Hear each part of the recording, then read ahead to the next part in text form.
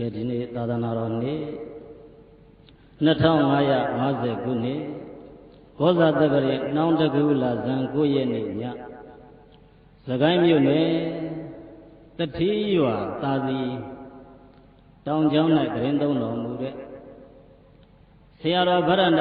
ဝန်သာဘိဒဇဆရာတော်ရှင်မြတ်ရဲ့အန္တိမအဂိဇာပနပူဇာသဘင်၌ဓမ္မဒါနကုသိုလ်ရှင်များအနေနဲ့စရောင်စံပြကြေးရွာမှာနှစ်ဖက်မိဘ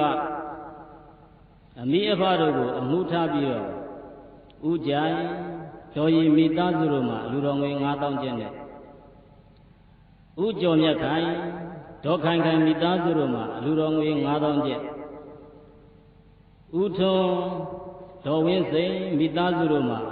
အလူတော်ငွေ1000ကျပ်တို့ကိုမတည်ထားပြီးတော့တရားချစ်ခင်သူတော်စင်အပေါင်းတို့ကနေပြီးတော့စုပေါင်းကျင်းပပြုလုပ်အပ်သည်ဓမ္မသဘင်ပွဲ၌ဟောကြားရှိမြင့်အပ်သောကံနှင့်တမလွန်လောကအမည်ရသည့်တရားတော်သိတဲ့တရားတော်ရဲ့အမည်ကကံနှင့်တမလွန်လောကပါတယ်လေတရားတော်ကံနဲ့ဓမ္မလွန်လောကဆိုတဲ့ဒီတရားတော်ကိုတို့သူတော်စင်တို့အားဖြန့်ဝေပေးမှာဖြစ်ပါတယ်။အဲလိုဆိုတော့ဦးဇင်းတို့တရားဟောတဲ့အခါမှာတရားဟောတဲ့ဆိုတာဟာဘာလို့တာလဲလို့ပြောရင်စာသင်ခန်းတစ်ခန်းမှာဝင်ပြီးတော့စာသင်ပေးတာအတူတူပါပဲနော်။အဲလိုအတူတူဖြစ်တဲ့အတွက်ကြောင့်မို့တို့သူတော်စင်တို့ကတရားတော်ကိုနာကြားတဲ့နေရာမှာလွတ်လွတ်လပ်လပ်နာကြားလို့ရတယ်။လက်ဦးကြီးကိုတစ်ချောင်းလုံးချီးပြီးတော့အဲ့လိုနာစရာရလို့မလိုပါဘူးဟုတ်လားနော်လွတ်လွတ်လပ်လပ်နာကြားလို့ရတယ်ဒါပေမဲ့တရားနာတဲ့အခါမှာဘာလို့တော့ဂရုစိုက်ရမလဲလို့ပြောရင်ဒီလိုဟောလိုက်တဲ့ဓမ္မဟာငါရဲ့ဘဝမှာဘလို့ပြုပြင်လို့ရတယ်လဲငါနေတဲ့နေ့စဉ်ဘဝထဲမှာဒီဓမ္မတွေကိုဘလို့အသုံးချမလဲဆိုတဲ့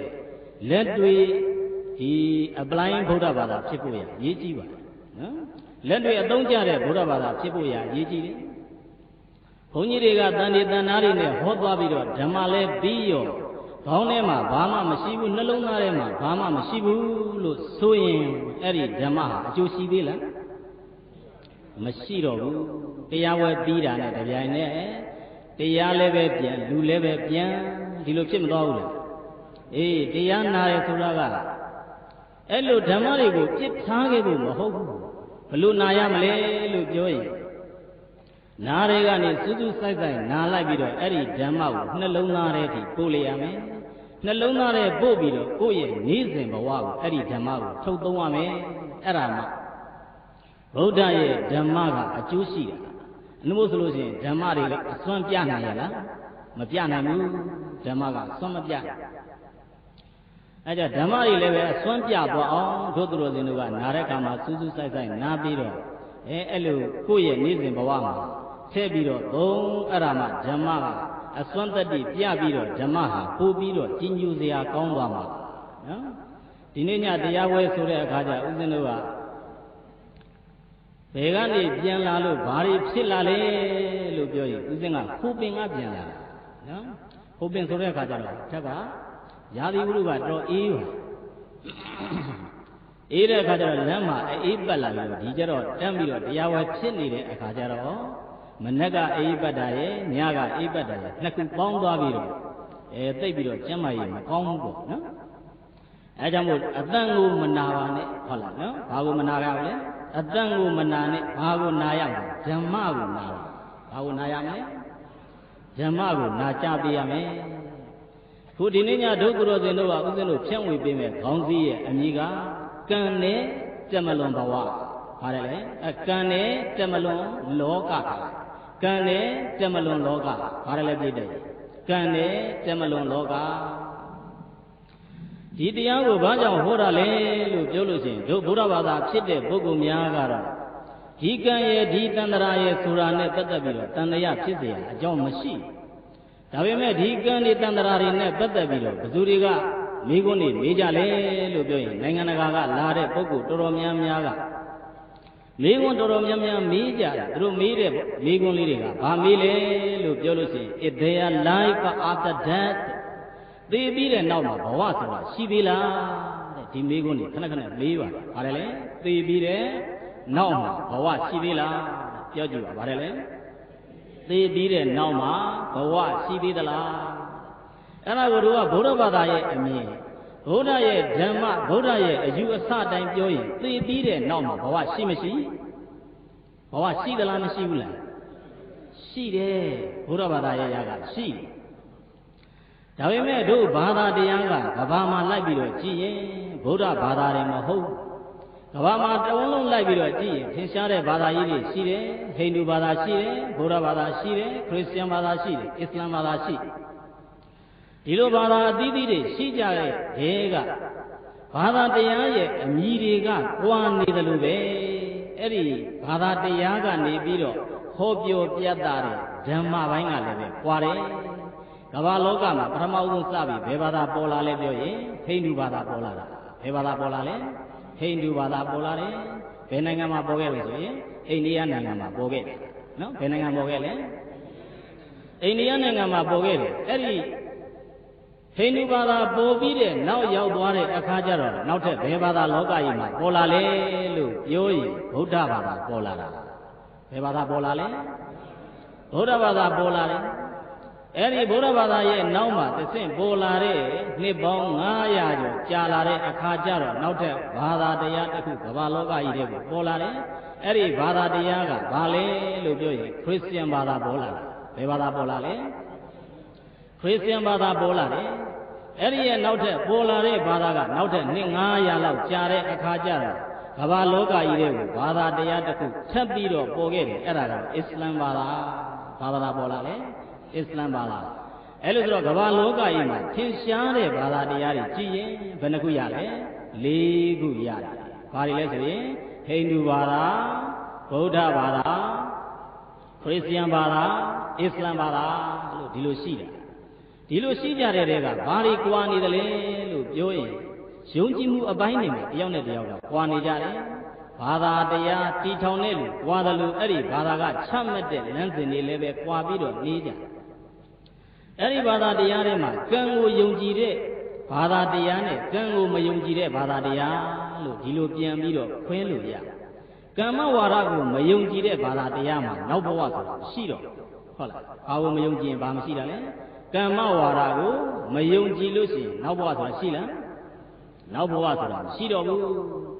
အဲကြတော့ဒီလိုဘာသာတရား၄ခုရှိတဲ့တဲ့ကဘယ်ဘာသာတွေကကမ္မဝါဒကိုယုံကြည်ကြလဲလို့ပြောရင်တို့ဟိန္ဒူတွေက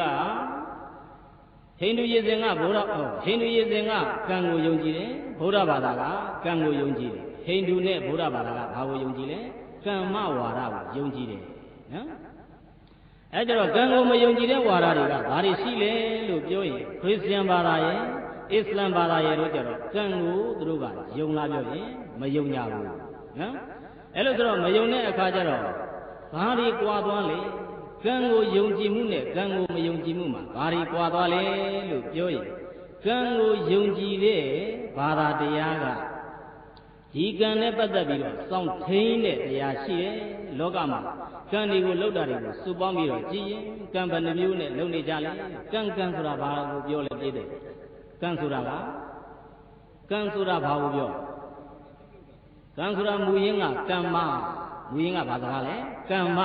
အဲ့ဒီကမ္မဆိုတဲ့စကားလုံးကနေပြီးတော့အပေါ်ကမာလေးကိုအသက်လေးထည့်လိုက်တယ်တလုံးကိုဖြုတ်လိုက်တယ်ကံဆိုတာဖြစ်သွားတယ်အဲ့ဒီမတ္တနဲ့ဖြစ်နေတဲ့ကံကိုမှလုံးကြီးအပေါ်ကသေးသေးတင်လေးလုံးလိုက်တော့ကာကြီးသေးသေးတင်ကံလို့အဓိပ္ပာယ်ထွက်အဲ့ဒါကိုမြန်မာလိုရှင်းရှင်းပြောဆိုကံဆိုတာဘာလို့တာလဲလို့ပြောရင်လုပ်ငန်းလုပ်တာလို့အဓိပ္ပာယ်ထွက်တာကံဆိုတာဘာလို့တာလဲလုပ်ငန်းလုပ်တာနော်ကံဆိုတာလုပ်ငန်းလုပ်လိုက်တာပဲအဲ့လိုလုပ်ငန်းလုပ်လိုက်တဲ့အခါကျတော့ဒီလုပ်ငန်းကိုပြန်ပြီးတော့ဖွဲ့ရင်လောကသားတွေလုပ်နေတဲ့လုပ်ငန်းဟာ၃မျိုးရှိတယ်ကိုယ်နဲ့လုပ်တာရှိတယ်နှုတ်နဲ့လုပ်တာရှိတယ်နောက်တစ်ခုကစိတ်နဲ့လုပ်တာရှိတယ်ရှိဘူးလားအဲ့ဒါကိုပါဠိစာပေမှာဘာ၃ပါးလို့ခေါ်လဲကံ၃ပါးကာယကမ္မဝစီကမ္မနဲ့မနောကမ္မလို့ဒီလိုပြောသွားတာနော်အဲကြတော့ဒီ၃ပါးနဲ့လုံနေတဲ့ကံဒီမှန်သမျှသည်လုံပြီးယုံနဲ့ပျောက်သွားသလားလို့ပြောရင် ဒီကံတစ်ခုကိုပြုလုပ်ဆောင်ရွက်လိုက်ရင်ဘယ်တော့မှကံဆိုတာပြောင်းမသွားဘူးအဲ့ဒီကံတစ်ခုနဲ့သူမြန်းကိုကာယကံမြောက်ပဲဖြစ်ဖြစ်ဝစီကံမြောက်ပဲဖြစ်ဖြစ်မနောကံနဲ့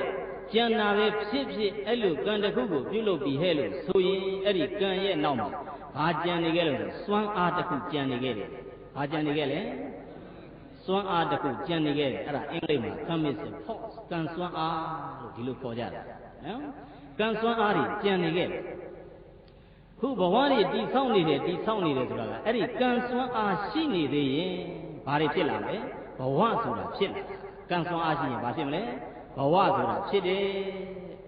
ကံစွမ်းအားကုန်သွားပြီရဲ့လို့ဆိုရင်ကံစွမ်းအားရှိတဲ့ပုဂ္ဂိုလ်နဲ့ကံစွမ်းအားမရှိတဲ့ပုဂ္ဂိုလ်လို့တစ်ဆင့်ပြန်ပြီးတော့ခွဲရင်ရပြီနော်ကံစွမ်းအားရှိတဲ့ပုဂ္ဂိုလ်ဆိုတာက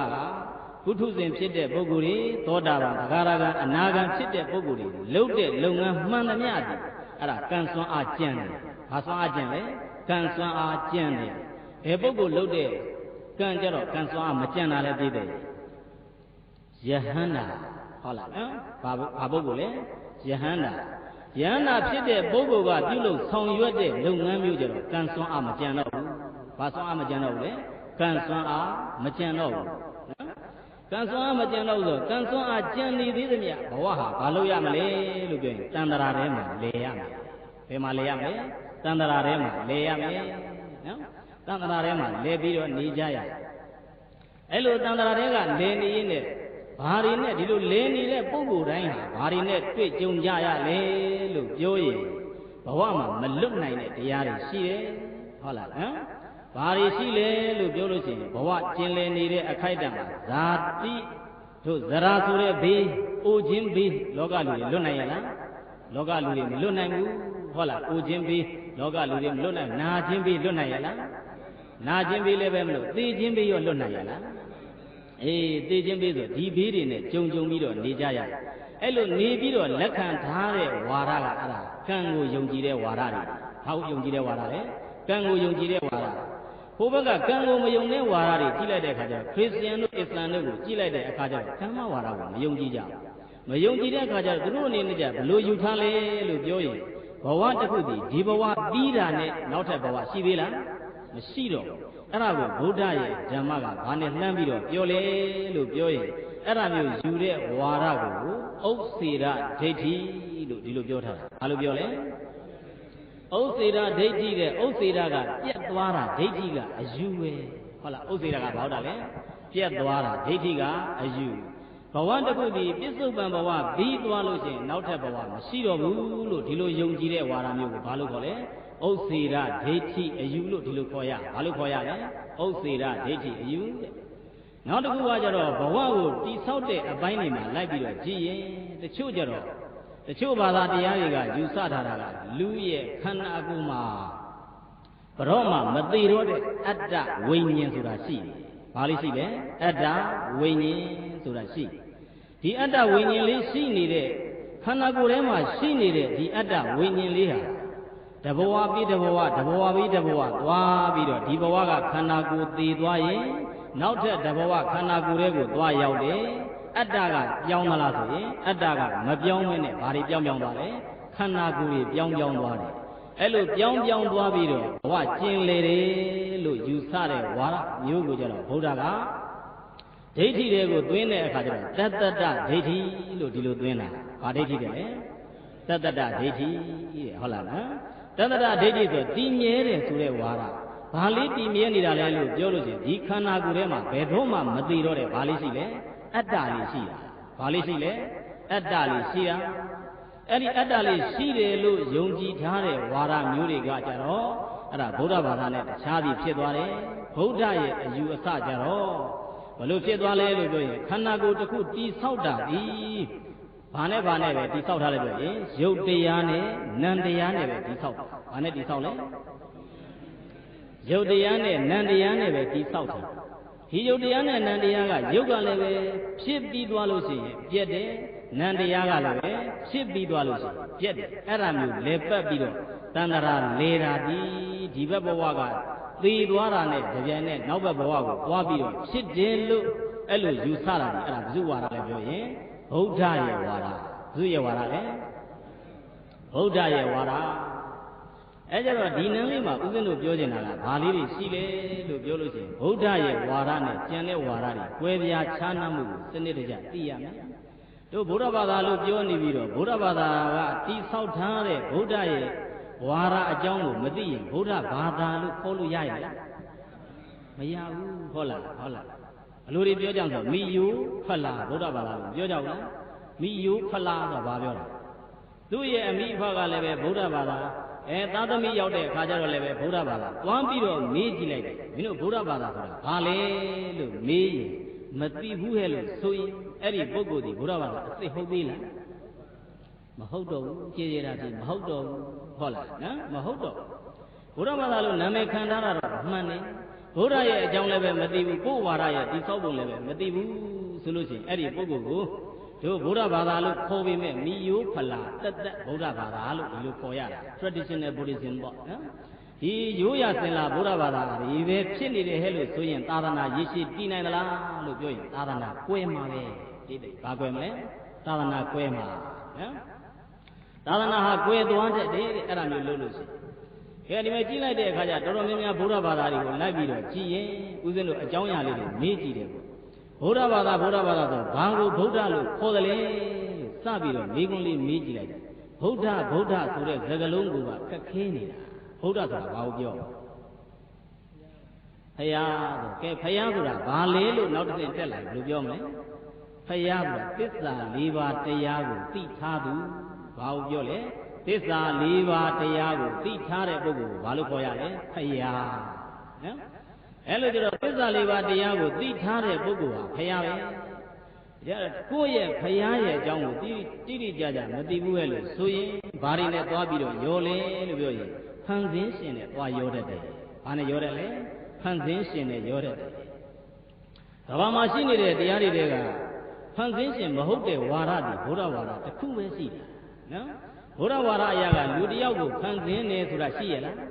လူကိုဖန်တီးထားတာမဟုတ်ဘူးလူကိုဗုဒ္ဓကဖန်တီးတာမဟုတ်ဘူးဘာသာတရားကဖန်တီးထားတာမဟုတ်ဘူး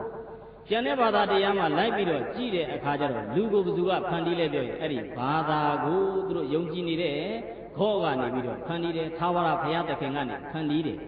အဲ့ဒီဖန်တီးထားတဲ့ဒီပုဂ္ဂိုလ်ရဲ့အပေါ်မှာကံကိုထိမ့်ချုပ်တဲ့နေရာမှာလည်းပဲအဲ့ဒီပုဂ္ဂိုလ်ကအကုန်လိုက်ပြီးတော့ဆွဲထားတယ်မင်းဒီတိုင်းချမ်းသာဆိုရင်ချမ်းသာသေးပဲဆင်းရဲဆိုရင်ဆင်းရဲသေးအဲ့လိုမျိုးဖန်တီးထားတဲ့အရာမျိုးဘုရားဘာသာဟုတ်ရဲ့လားမဟုတ်ဘူးဘုရားဘာသာကအဲ့လိုမဟုတ်ဘူး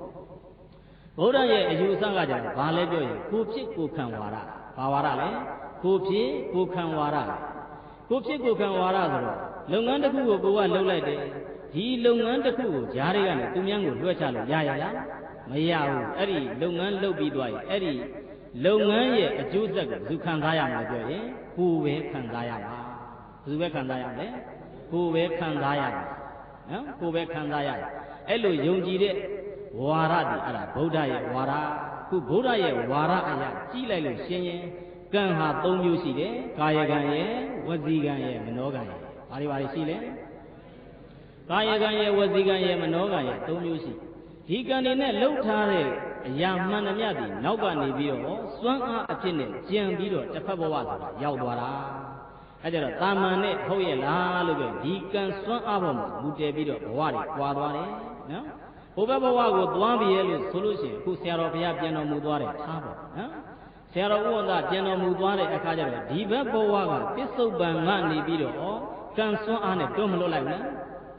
ကံစွမ်းအားနဲ့တွန်းလွတ်လိုက်တာဘာနဲ့တွန်းလွတ်လိုက်လဲကံစွမ်းအားနဲ့တွန်းလွတ်လိုက်တယ်တွန်းလွတ်လိုက်ပြီးတော့နောက်ထပ်ဘဝကိုတန်းပြီးတော့တခုခုဖြစ်သွားတယ်ဟုတ်လားနတ်ပြည်မှာဖြစ်ခြင်းဖြစ်မယ်ယမပြည်မှာဖြစ်ခြင်းဖြစ်မယ်ဟုတ်လားနော်အဲ့ကျလူတွေပြုလုပ်ထားတဲ့ကံပေါ်မှာမူတည်ပြီးတော့ဘဝဆိုတာဖန်တီးသွားတာဒီတိုင်းကြီးဘဝဖြစ်တာဟုတ်ရဲ့လားအေးဒီတိုင်းကြီးဖန်တီးတာမဟုတ်အဲ့ကြတော့ဘဝတစ်ခုကောင်းကျင်တဲ့ဟဲ့လို့ဆိုရင်မိမိတို့ကဘာလုပ်ဖို့လိုလဲလို့ပြောရင်ကိုရနေတဲ့အခိုက်အတန့်မှာအဲ့ဒီကံကိုကြာကြာနာနာအသုံးပြုကံကိုအသုံးချလွဲတယ်ဟဲ့လို့ဆိုရင်အဲ့ဒီပုဂ္ဂိုလ်ဒီနောက်ဘဝမှာသွားတဲ့အခါကျတော့လည်းဘဝလိမ့်ကြတဲ့ဘဝမဖြစ်ဘူးလားလိမ့်ကြတဲ့ဘဝမှာသွားပြီးတော့ဖြစ်တယ်ဟုတ်လားနော်လိမ့်ကြတဲ့ဘဝတွေမှာသွားပြီးတော့ရောက်ရတယ်လိမ့်ကြတဲ့ဘဝတွေကိုရောက်တဲ့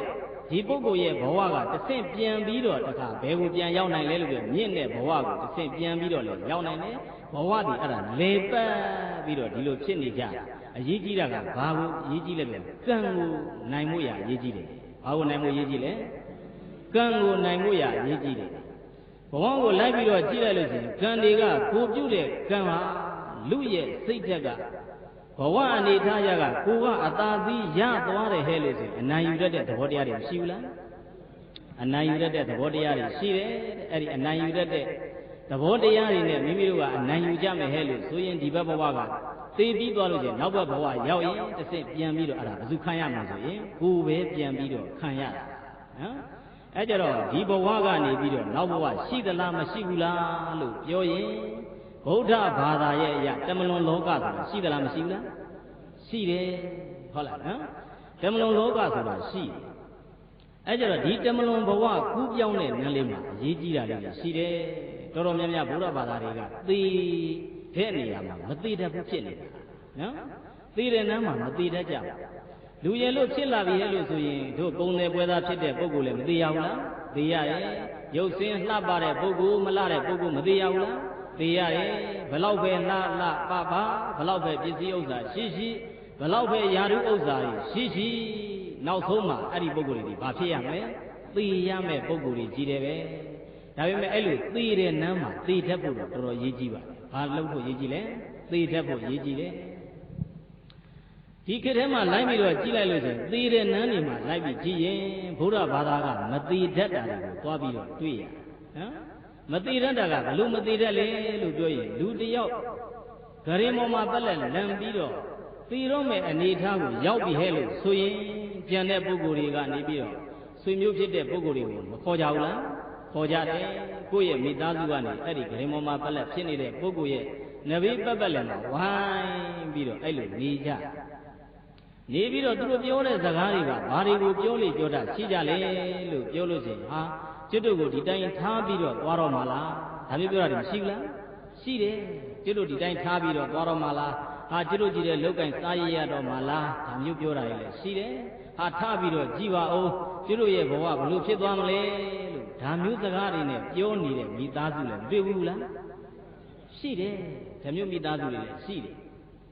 အဲ့ဒါမျိုးလုပ်တဲ့ပုဂ္ဂိုလ်ဒီသိမဲ့ပုဂ္ဂိုလ်ကိုဘယ်ကိုတွန်းပို့နေတာလဲလို့ပြောရင်အပေဘုံကိုတွန်းပို့နေတာသိတဲ့ရေဘယ်ကိုပို့နေတာလဲအပေဘုံကိုတွန်းပြီးတော့ပို့နေတာတချို့ပုဂ္ဂိုလ်တွေကြတော့လည်းပဲရှိသေဂာနိဖြစ်တဲ့ပုဂ္ဂိုလ်ကိုဇွတ်အမွေတောင်းနေတယ်ဟုတ်လားနော်ဇွတ်အမွေတောင်းနေဟာမသေးခင်မှာကိစ္စလေးတွေပြည့်အောင်လုပ်သွားပါဦး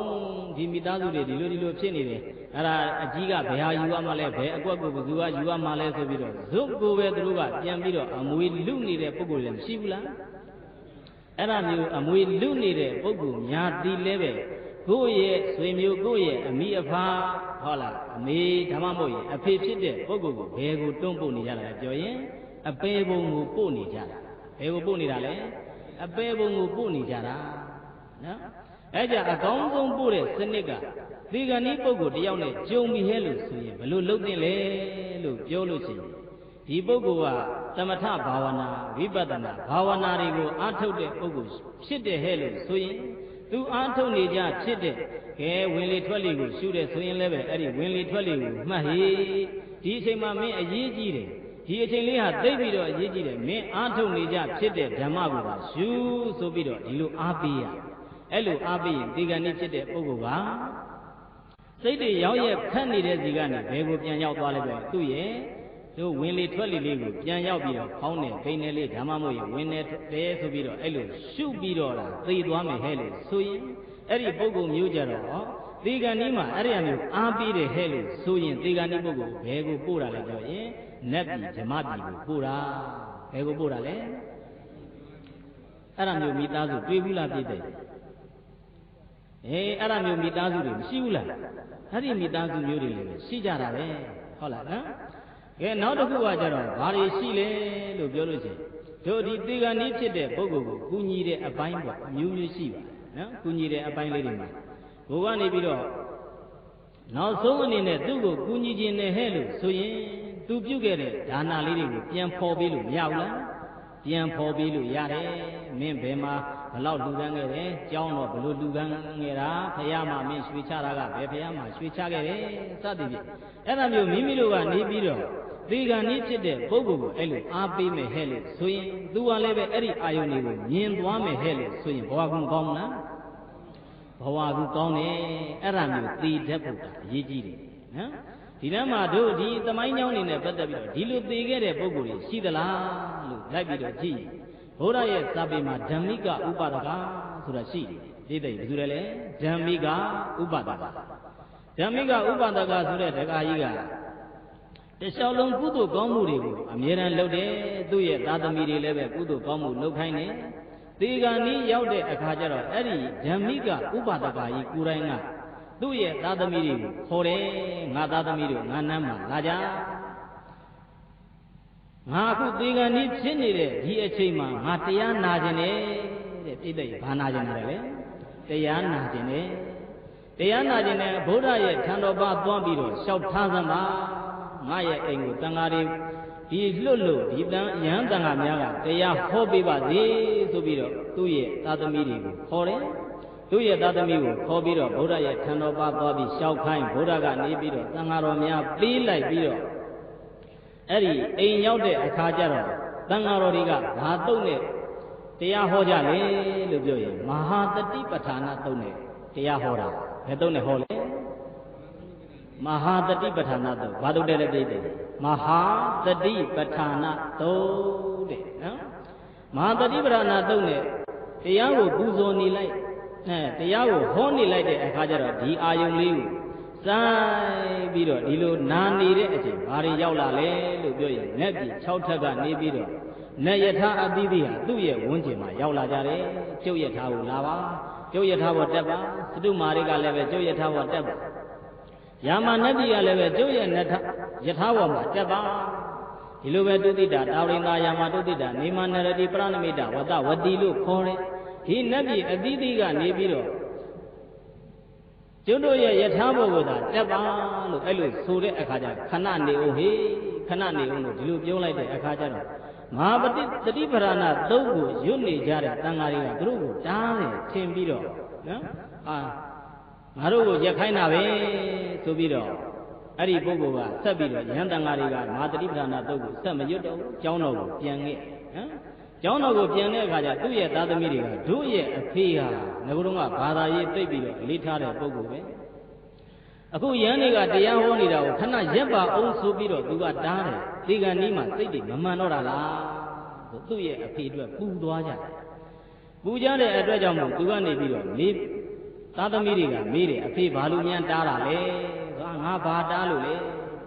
ဟောခုနတော့ကရက်အောင်လို့တားလိုက်တဲ့အခါကျယဟန်တွေကသူတို့ကိုရက်ခိုင်းတယ်ထင်ပြီးတော့အခုကျောင်းကိုပြန်သွားကြပြီ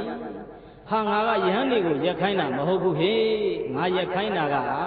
ငါ့ကိုခေါ်နေတဲ့ဒီနတ်ပြည်ကနေယထာတွေကိုခဏစောင့်အောင်ခဏရက်တန့်ကြအောင်လို့ငါကဒီလိုတားတာဟာဒါကျွတ်တို့ကမြင်မှမမြင်ရတာဘယ်ဖြစ်နိုင်လိမ့်မလဲလို့အဲ့လိုပြောတာကကဲမယုံလို့ရှိရင်မင်းတို့ပန်းကုန်းတကုန်းကိုလုံးပြီးတော့အဲ့ဒီပန်းကုန်းကိုအပေါ်မှာပြစ်လိုက်လို့ပြောတဲ့အခါကျတော့အဲ့ဒီပန်းကုန်းဟာတာဝရိန္ဒာနတ်ပြည်ကနေယထာမှာသွားပြီးတော့ချိတ်တယ်ဘယ်မှာသွားချိတ်လဲတာဝရိန္ဒာနတ်ပြည်ကနေယထာမှာသွားပြီးတော့ချိတ်နော်ဒီလိုချိတ်လိုက်တဲ့အခါနော်အဲ့ဒီချိတ်တန်တဲ့ကြပြိုင်နဲ့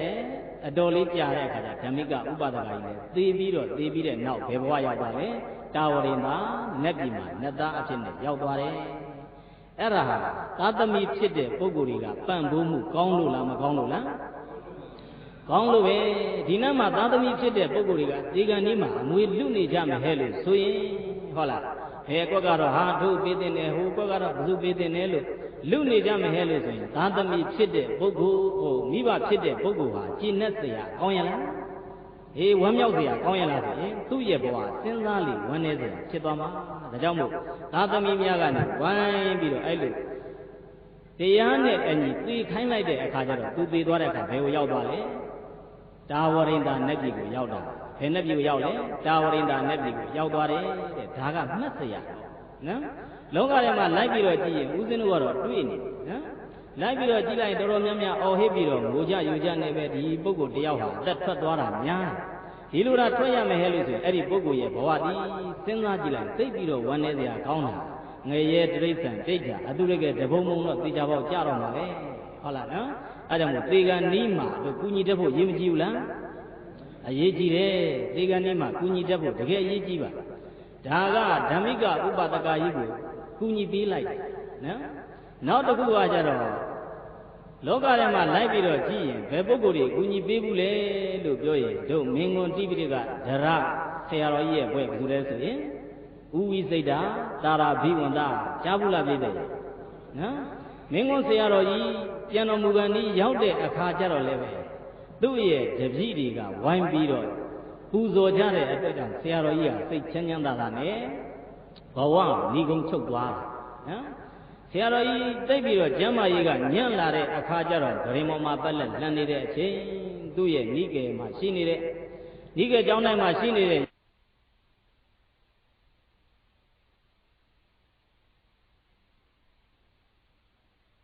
ပူဇော်ပေးပါတဲ့ဘာတရားတော်လဲပဋ္ဌာန်းတရားတော်ကြီးကိုငါ့ကိုပူဇော်ပေးလို့အဲ့လိုပြောတဲ့အခါကျတော့ရဟန်းတန်ဃာတွေကအုပ်စုလိုက်ခွဲပြီးတော့အဲ့ဒါတလှဲ့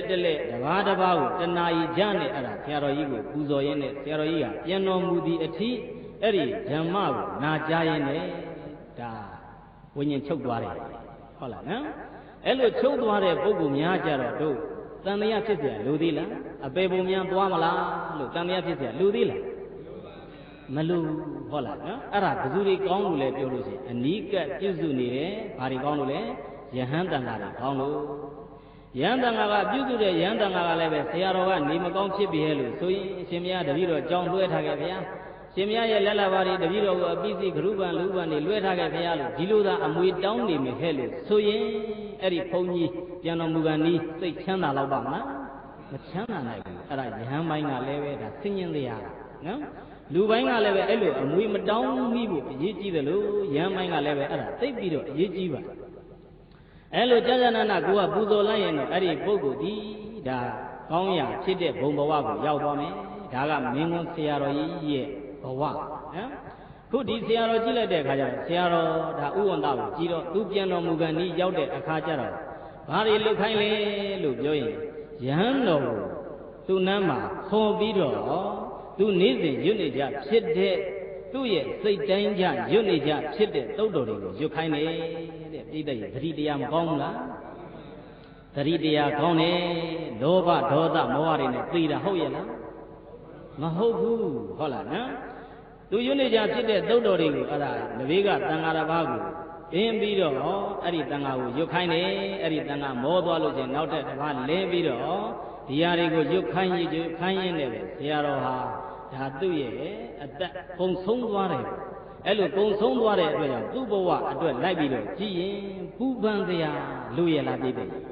မလိုဘူးဒါဘဝဏီကုံချုပ်ကောင်းတယ်လို့ပြောရမှာဘာလို့ပြောရမလဲဘဝဏီကုံချုပ်ကောင်းတယ်လို့ပြောရမှာအဲ့လိုဘဝမျိုးရဖို့ဆိုတာလည်းပဲမခရင်လားပြည့်တယ်ခရင်တယ်ဘာကြောင့်ခရင်တာလဲလို့ပြောရင်လောကလူသားတွေဟာငကူကပုဂ္ဂိုလ်တွေတဲ့ပို့ပြီးတော့လောဘတွေလည်းကြီးမလာကြဘူးလားကြီးလာကြတယ်ဒေါသတွေလည်းကြီးလာကြတယ်မောဟတွေကလည်းပဲကြီးလာကြတယ်မာနတွေကလည်းပဲသိပ်ပြီးတော့ထောင်လွှမ်းလာကြအိတ်သားတွေမနာလိုမှုဝန်တုံမှုတွေလည်းမရှိဘူးလားဒီတရားတွေနဲ့ပြည့်နေတဲ့ဒီလောကထဲမှာဒီလိုပြုစုစောင့်ရှောက်တတ်ဖို့ဆိုတာအရေးမကြီးဘူးလားအရေးကြီးတယ်နော်ကိုစောင့်ရှောက်တာကအပြုစုစောင့်ရှောက်မကောင်းဘူးပဲလို့ဆိုရင်အဲ့ဒီပုဂ္ဂိုလ်ဟာသေကံဒီအချိန်မှာမကောင်းတဲ့ဇောတွေစောသွားပြီးတော့အပေပုံတွေမရောက်နိုင်ဘူးလားရောက်နိုင်တယ်ဟုတ်လားနော်နောက်တစ်ခုရှိတာကဆရာတော်ကြီးနဲ့ပတ်သက်ပြီးတော့ပူဇော်မလို့ဘူးဆိုတာကဆရာတော်ကြီးတနေ့လုပ်ငန်းလုပ်တဲ့အခါကျတော့ညပိုင်းမှာဗန္ဒနာရသလုပ်ငန်းလုပ်တယ်လို့ဒုသူတော်စင်တို့ကြားဘူးလေပြိတဲ့ဗန္ဒနာရသလုပ်ငန်းလုပ်ည7 နာရီကနေစလိုက်တယ်မနေ့4 နာရီထိဆရာတော်ကရွတ်မှုဖတ်မှုကိုလုပ်တယ်ဆရာတော်ဥဝန္တာတို့အလုံးဖူးဖူးလာပြည့်တယ်ဒီနေ့နီးတဲ့ပုဂ္ဂိုလ်ကထူးခြားတဲ့ပုဂ္ဂိုလ်တစ်ပါးစီပြန်တော်မူသွားပြီဆိုတဲ့အခါကျမှငါတို့တော့မဖူးလျက်လေခြင်းလို့ဒီလိုဝမ်းနဲ့ပက်လက်ဖြစ်နေမယ်ဟဲ့လို့ဆိုရင်ဒီလိုနောင်တတွေရနိုင်မယ်ဟဲ့လို့ဆိုရင်အဲ့ဒီနောင်တဟာတန်ဖို့ရှိသေးလားမရှိတော့ဘူးခုတပါးပြန်တော်မူသွားပြီနော်ဆ ဆရာတော်ကြီးလုပ်တဲ့လုပ်ငန်းကိုကြည့်ရင်ည7 နာရီကနေပြီးတော့မနေ့4 နာရီထိဆိုတဲ့အခါကျတော့ဒုသူတော်စင်တို့7 နာရီကနေမနေ့4 နာရီအဲ့ချိန်မှာဘာလုပ်နေလဲအိတ်ကောင်းနေတဲ့အချိန်မဟုတ်လားပြည့်တယ်ဟာအိတ်ကောင်းနေတယ်ခေါ်ခူးခူးတွေတော့မြည်လို့ဟုတ်လားနော်အဲ့လိုအိတ်နေတဲ့အချိန်မှာဒီဆရာတော်ကဘာလို့တုံးလို့ပြောရင်သူရွတ်နေကြဖြစ်တဲ့သုတ်တော်တွေကိုအစဉ်တိုင်းပဲပရိတ်တော်တွေရောပဋ္ဌာန်းရောကျန်တဲ့သုတ်များစွာတို့ကိုလည်းပဲသူကဒါပူဇော်ပြီးတော့တစ်လျှောက်လုံးဒီလိုနေတယ်ဟုတ်လားကြီးညိုစရာမကောင်းဘူးလားအေးအသက်ရှိနေတဲ့အချိန်မှာအဲ့လိုကြီးညိုစရာကောင်းတယ်လို့ခံစားမိရလားပြည့်တဲ့ခံစားမိရလားခံစားမိရမယ်ဟုတ်လားနော်အဲ့ကြောင့်ပစ္စည်းဝတ္ထုတစ်ခုတည်းရှိနေတဲ့အချိန်မှာတန်ဖိုးထားရတယ်မရှိဘူးဆိုတဲ့အခါကျမှတန်ဖိုးထားနေအကျိုးရှိသေးလားမရှိတော့ဘူးရှိနေတဲ့အချိန်မှာတန်ဖိုးထားရမယ်ချို့ကနောင်တဆိုတဲ့အပိုင်းမှာနောင်မရတဲ့နောင်တတွေတော်တော်များများတွေ့ရအခုအမေဖေတွေနဲ့ပတ်သက်တဲ့အပိုင်းမှာလည်းပဲဒီတိုင်းအမေဖေတွေကအသက်အရွယ်ကြီးလာတဲ့အခါကျတော့အိုမင်းမစွမ်းဖြစ်လာကြပြီအိုမင်းမစွမ်းဖြစ်တဲ့အခါကျတော့သားသမီးဖြစ်တဲ့ပုဂ္ဂိုလ်ကပြုစုရခေါင်းယူရခေါင်းမသိပဲနဲ့သေသွားပြီဟဲ့ဆိုတဲ့အခါကျမှငိုတာတွေမရှိဘူးလားအဲ့ဒီနောင်တမျိုးကြတန်မိုးရှိသေးလားရှိတော့ဘူးအလကားနောင်တနော်အဲ့ဒီနောင်တမျိုးတည်အလကားနောင်တဒီဆရာတော်တွေသံဃာတော်တွေအပိုင်းမှာလိုက်ပြီးတော့ကြည်ရင်လဲပဲကိုယ့်ရဲ့ဆရာတော်ဘုရားဒီမှာသတင်းသုံးနေတော်မူတဲ့အခိုက်အတန့်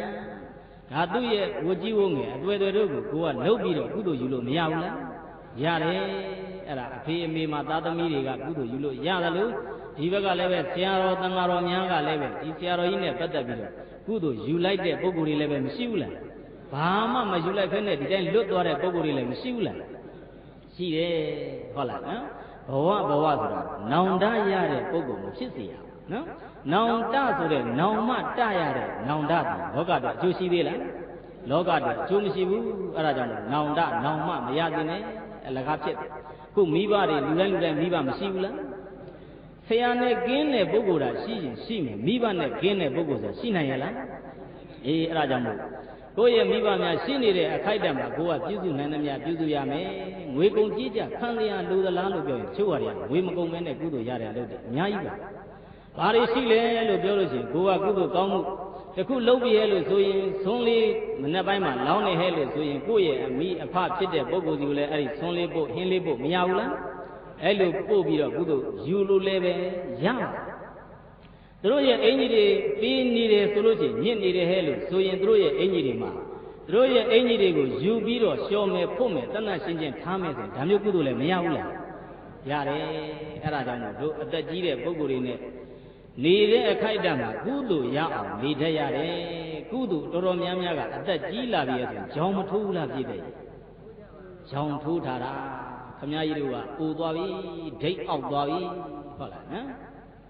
ခမည်းတို့ကအောက်တော့ဒိတ်ဖြစ်သွားပြီခင်မမီတော့ပါဘူးခင်ဗျာဘိုးတော်တို့ဘာမှအသုံးမကျတော့ပါဘူးလို့ဒီလိုထင်သွားတာတွေရှိခေလူငယ်ကဘလောက်ပဲတိုးတက်ကိုယ့်ရဲ့ရှေ့ကနေတဲ့အမိအဖဆရာသမားတို့ရဲ့ဘုဒ္ဓတာကိုမှီနိုင်ရလားပြည့်တယ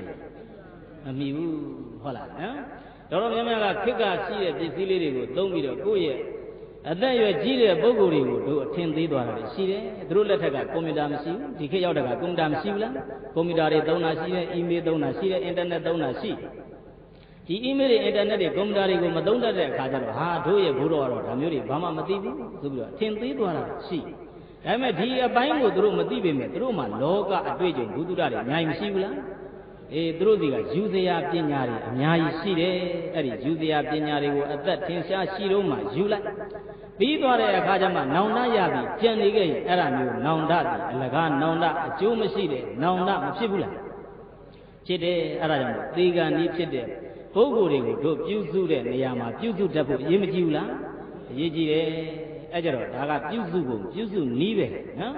ဘာလို့ပြရမလဲအနှစ်ချုပ်ပြီးတော့ပြောရင်သူလုပ်ခဲ့တဲ့ကုသိုလ်ကောင်းမှုလေးတွေပြောပြရမယ်တရားဘာဝနာအားထုတ်တဲ့ပုဂ္ဂိုလ်ဖြစ်ရင်လည်းပဲသူအားထုတ်တဲ့အဲ့ဒီတရားဘာဝနာလေးတွေကိုကိုကပြောပြရမယ်ရွတ်တဲ့ဖတ်တတ်တဲ့ပုဂ္ဂိုလ်ဖြစ်တယ်ဟဲ့လို့ဆိုရင်လည်းအဲ့ဒီသူရွတ်တဲ့တရားတွေကိုပြန်ပြီးတော့ရွတ်ပြရမယ်အဲ့လိုလုပ်ရင်အဲ့ဒီပုဂ္ဂိုလ်ဒီကျေးဇူးဆက်ရမရောက်ဘူးလားကျေးဇူးဆက်ရရောက်တယ်ဟုတ်လားနော်အဲ့လိုဆိုတော့တခုစဉ်းစားရရှိတာကနော်သေကံဤဖြစ်တဲ့ပုဂ္ဂိုလ်တချို့ကကုသိုလ်ကောင်းမှုတွေလုပ်တယ်ကုသိုလ်ကောင်းမှုလုပ်ပြီးတော့ အကျိုးပေးတဲ့အခါကျတော့မကောင်းကျိုးတွေသွားပေးတာမရှိဘူးလားရှိတယ်လှုပ်တာကကုသိုလ်ရတာကအကုသိုလ်အကျိုးတွေဆိုတော့ဒါမျိုးသွားပြီးတော့တွေ့ရတဲ့အခါကျတော့နော်ဘုရားဘာသာကိုလည်းပဲအထင်သေးသွားတာရှိပါနော်ဘုရားဘာသာကဘယ်လိုလဲလှုပ်တော့ကတော့ငါတို့ကကုသိုလ်ကောင်းမှုတွေလုပ်နေတယ်ဒါပေမဲ့အကျိုးပေးတဲ့အခါကျတော့ဟာမဟုတ်တဲ့ဟာလာပြီးတော့အကျိုးပေးတယ်ဆိုပြီးတော့တို့တစ်ခါကြားဘူးတော့လင်ကန်ဆိုးနေတဲ့ဆွန်းထွက်လောင်လိုက်လို့ဒီလိုပြောထားပြီးအဲ့ဒီဆွန်းလောင်ပြီးတော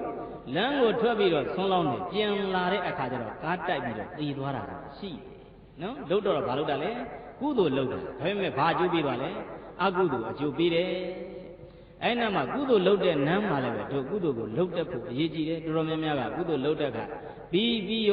ာဆိုပြီးတော့လုပ်တာတွေလည်းရှိတယ်တချို့ကလုပ်တာကနည်းနည်းရကျင်တဲ့အကျိုးတရားတွေကညမ်းနေတဲ့အတွက်ကြောင့်မို့လဲပဲနော်အကျိုးမပေးဘဲနဲ့ရဟတဖြစ်သွားတာလည်းရှိတယ်ဥပမာဖြင့်လောကထဲလိုက်ပြီးတော့ကြည့်ဘာတွေ့တော့လို့ပြောရင်ကုသိုလ်လုပ်ရင်းနဲ့အကုသိုလ်ဖြစ်သွားတာ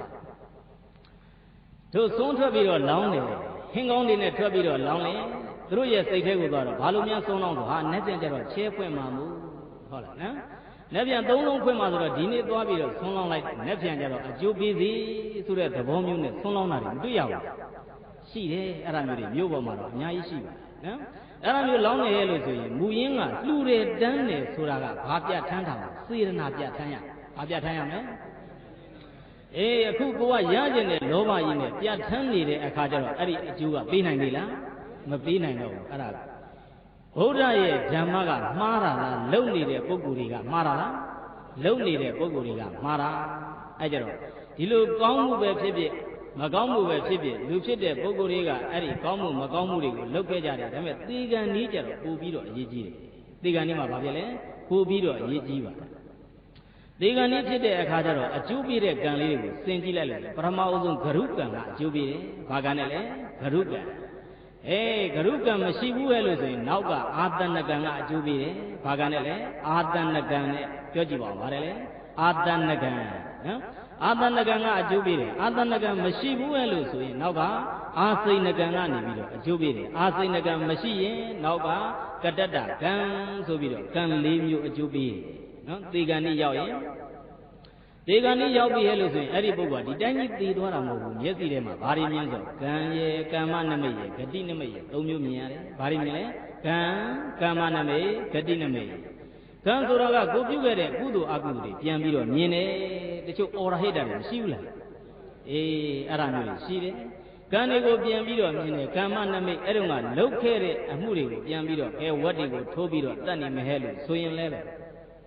ဲသူတတုံးကအဲ့ဒီဂိုင်နဲ့ဓားတွေဒုတ်တွေကိုပြန်ပြီးတော့မြင်တယ်နွားတတ်တဲ့ပုဂ္ဂိုလ်ဆိုလည်းပစိမ့်တွေပြန်ပြီးတော့မြင်နေရအဲ့လိုမြင်တာကိုကမ္မနမိတ်ထင်တာဘာနမိတ်ထင်တာလဲကမ္မနမိတ်ထင်တယ်အဲ့ဒီနမိတ်တွေထင်ပြီးတော့သွားရလမ်းကြောင်းကိုမြင်တဲ့အခါကျတော့လည်းပဲနတ်ပြည်ကိုသွားရမယ့်ပုဂ္ဂိုလ်ဆိုလို့ရှိရင်လည်းပဲနတ်ပြည်မှာရှိနေတဲ့ကောင်းငင်မှာရှိနေကြတဲ့အဲ့ဒီနတ်တွေရဲ့ပုံတရံဝင်ဝင်ဝါဝါနဲ့အဆောက်အကောင်းမွန်တွေကိုသွားပြီးတော့မြင်ရနော်